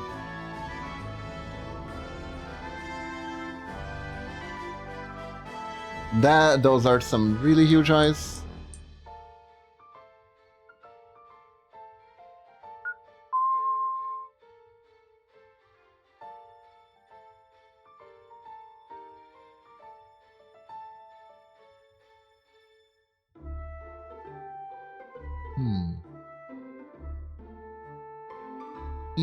Oh! I just realized something interesting. Not 100% line it up. Good thing, and this is why, you put this on different layers.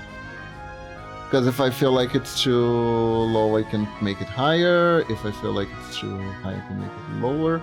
This is too low. There you go.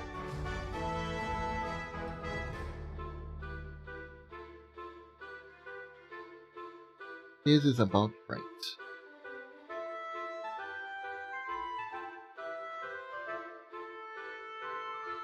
I think we're almost reaching all the time we have for the stream. Do you want to make the eyes though?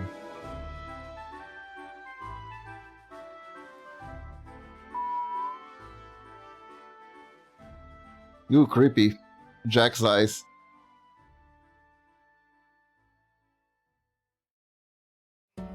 Little bit better.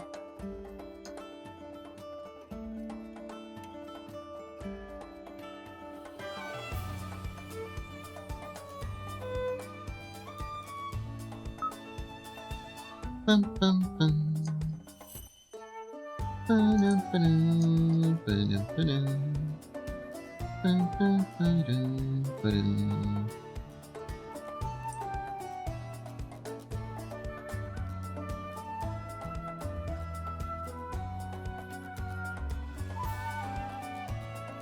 I think at the end of the day, the main reason why remaking stuff is like the net positive of remaking stuff, though, I think it is to like preserve. It's like preserve stuff, right?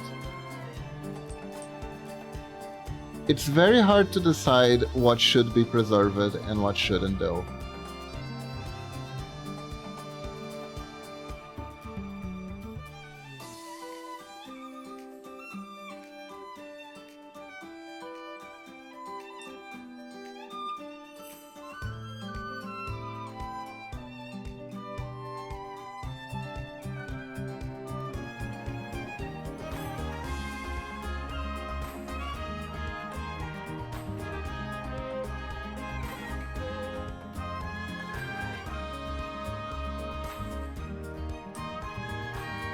Mm-hmm.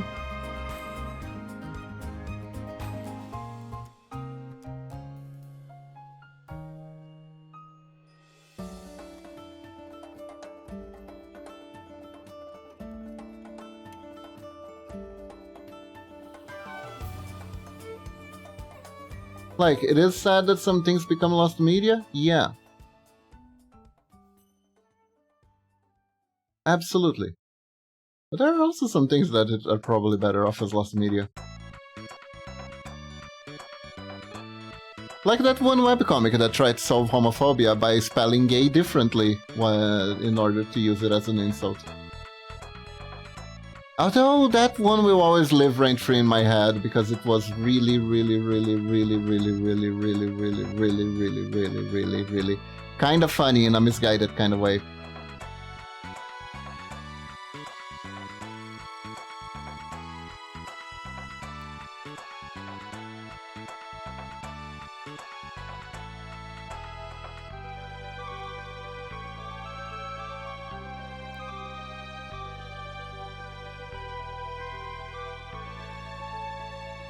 They tried, an attempt was made.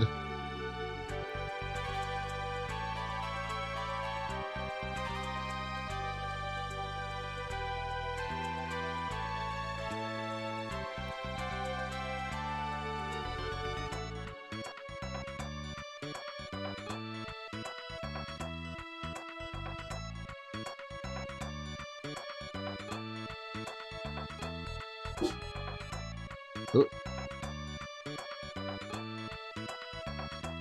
Doggo barked out of nowhere.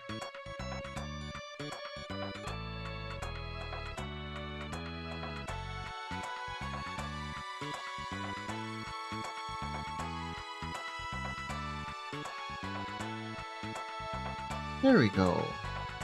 Okay. We have a face. We'll see. We'll see how this will come. We'll continue this later.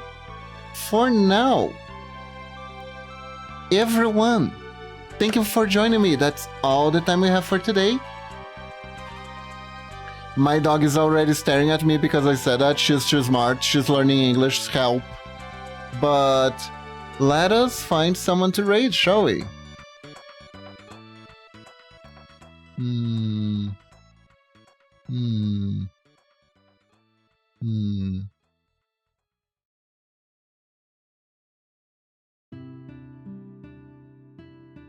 Who do we have to raid today? And just raid Milia. There's something I can do.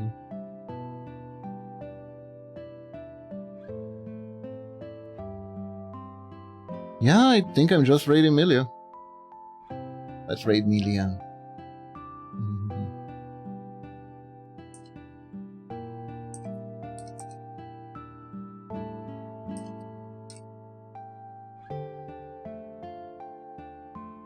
So, everyone, thank you all for joining me today. I hope you all have a wonderful day or night.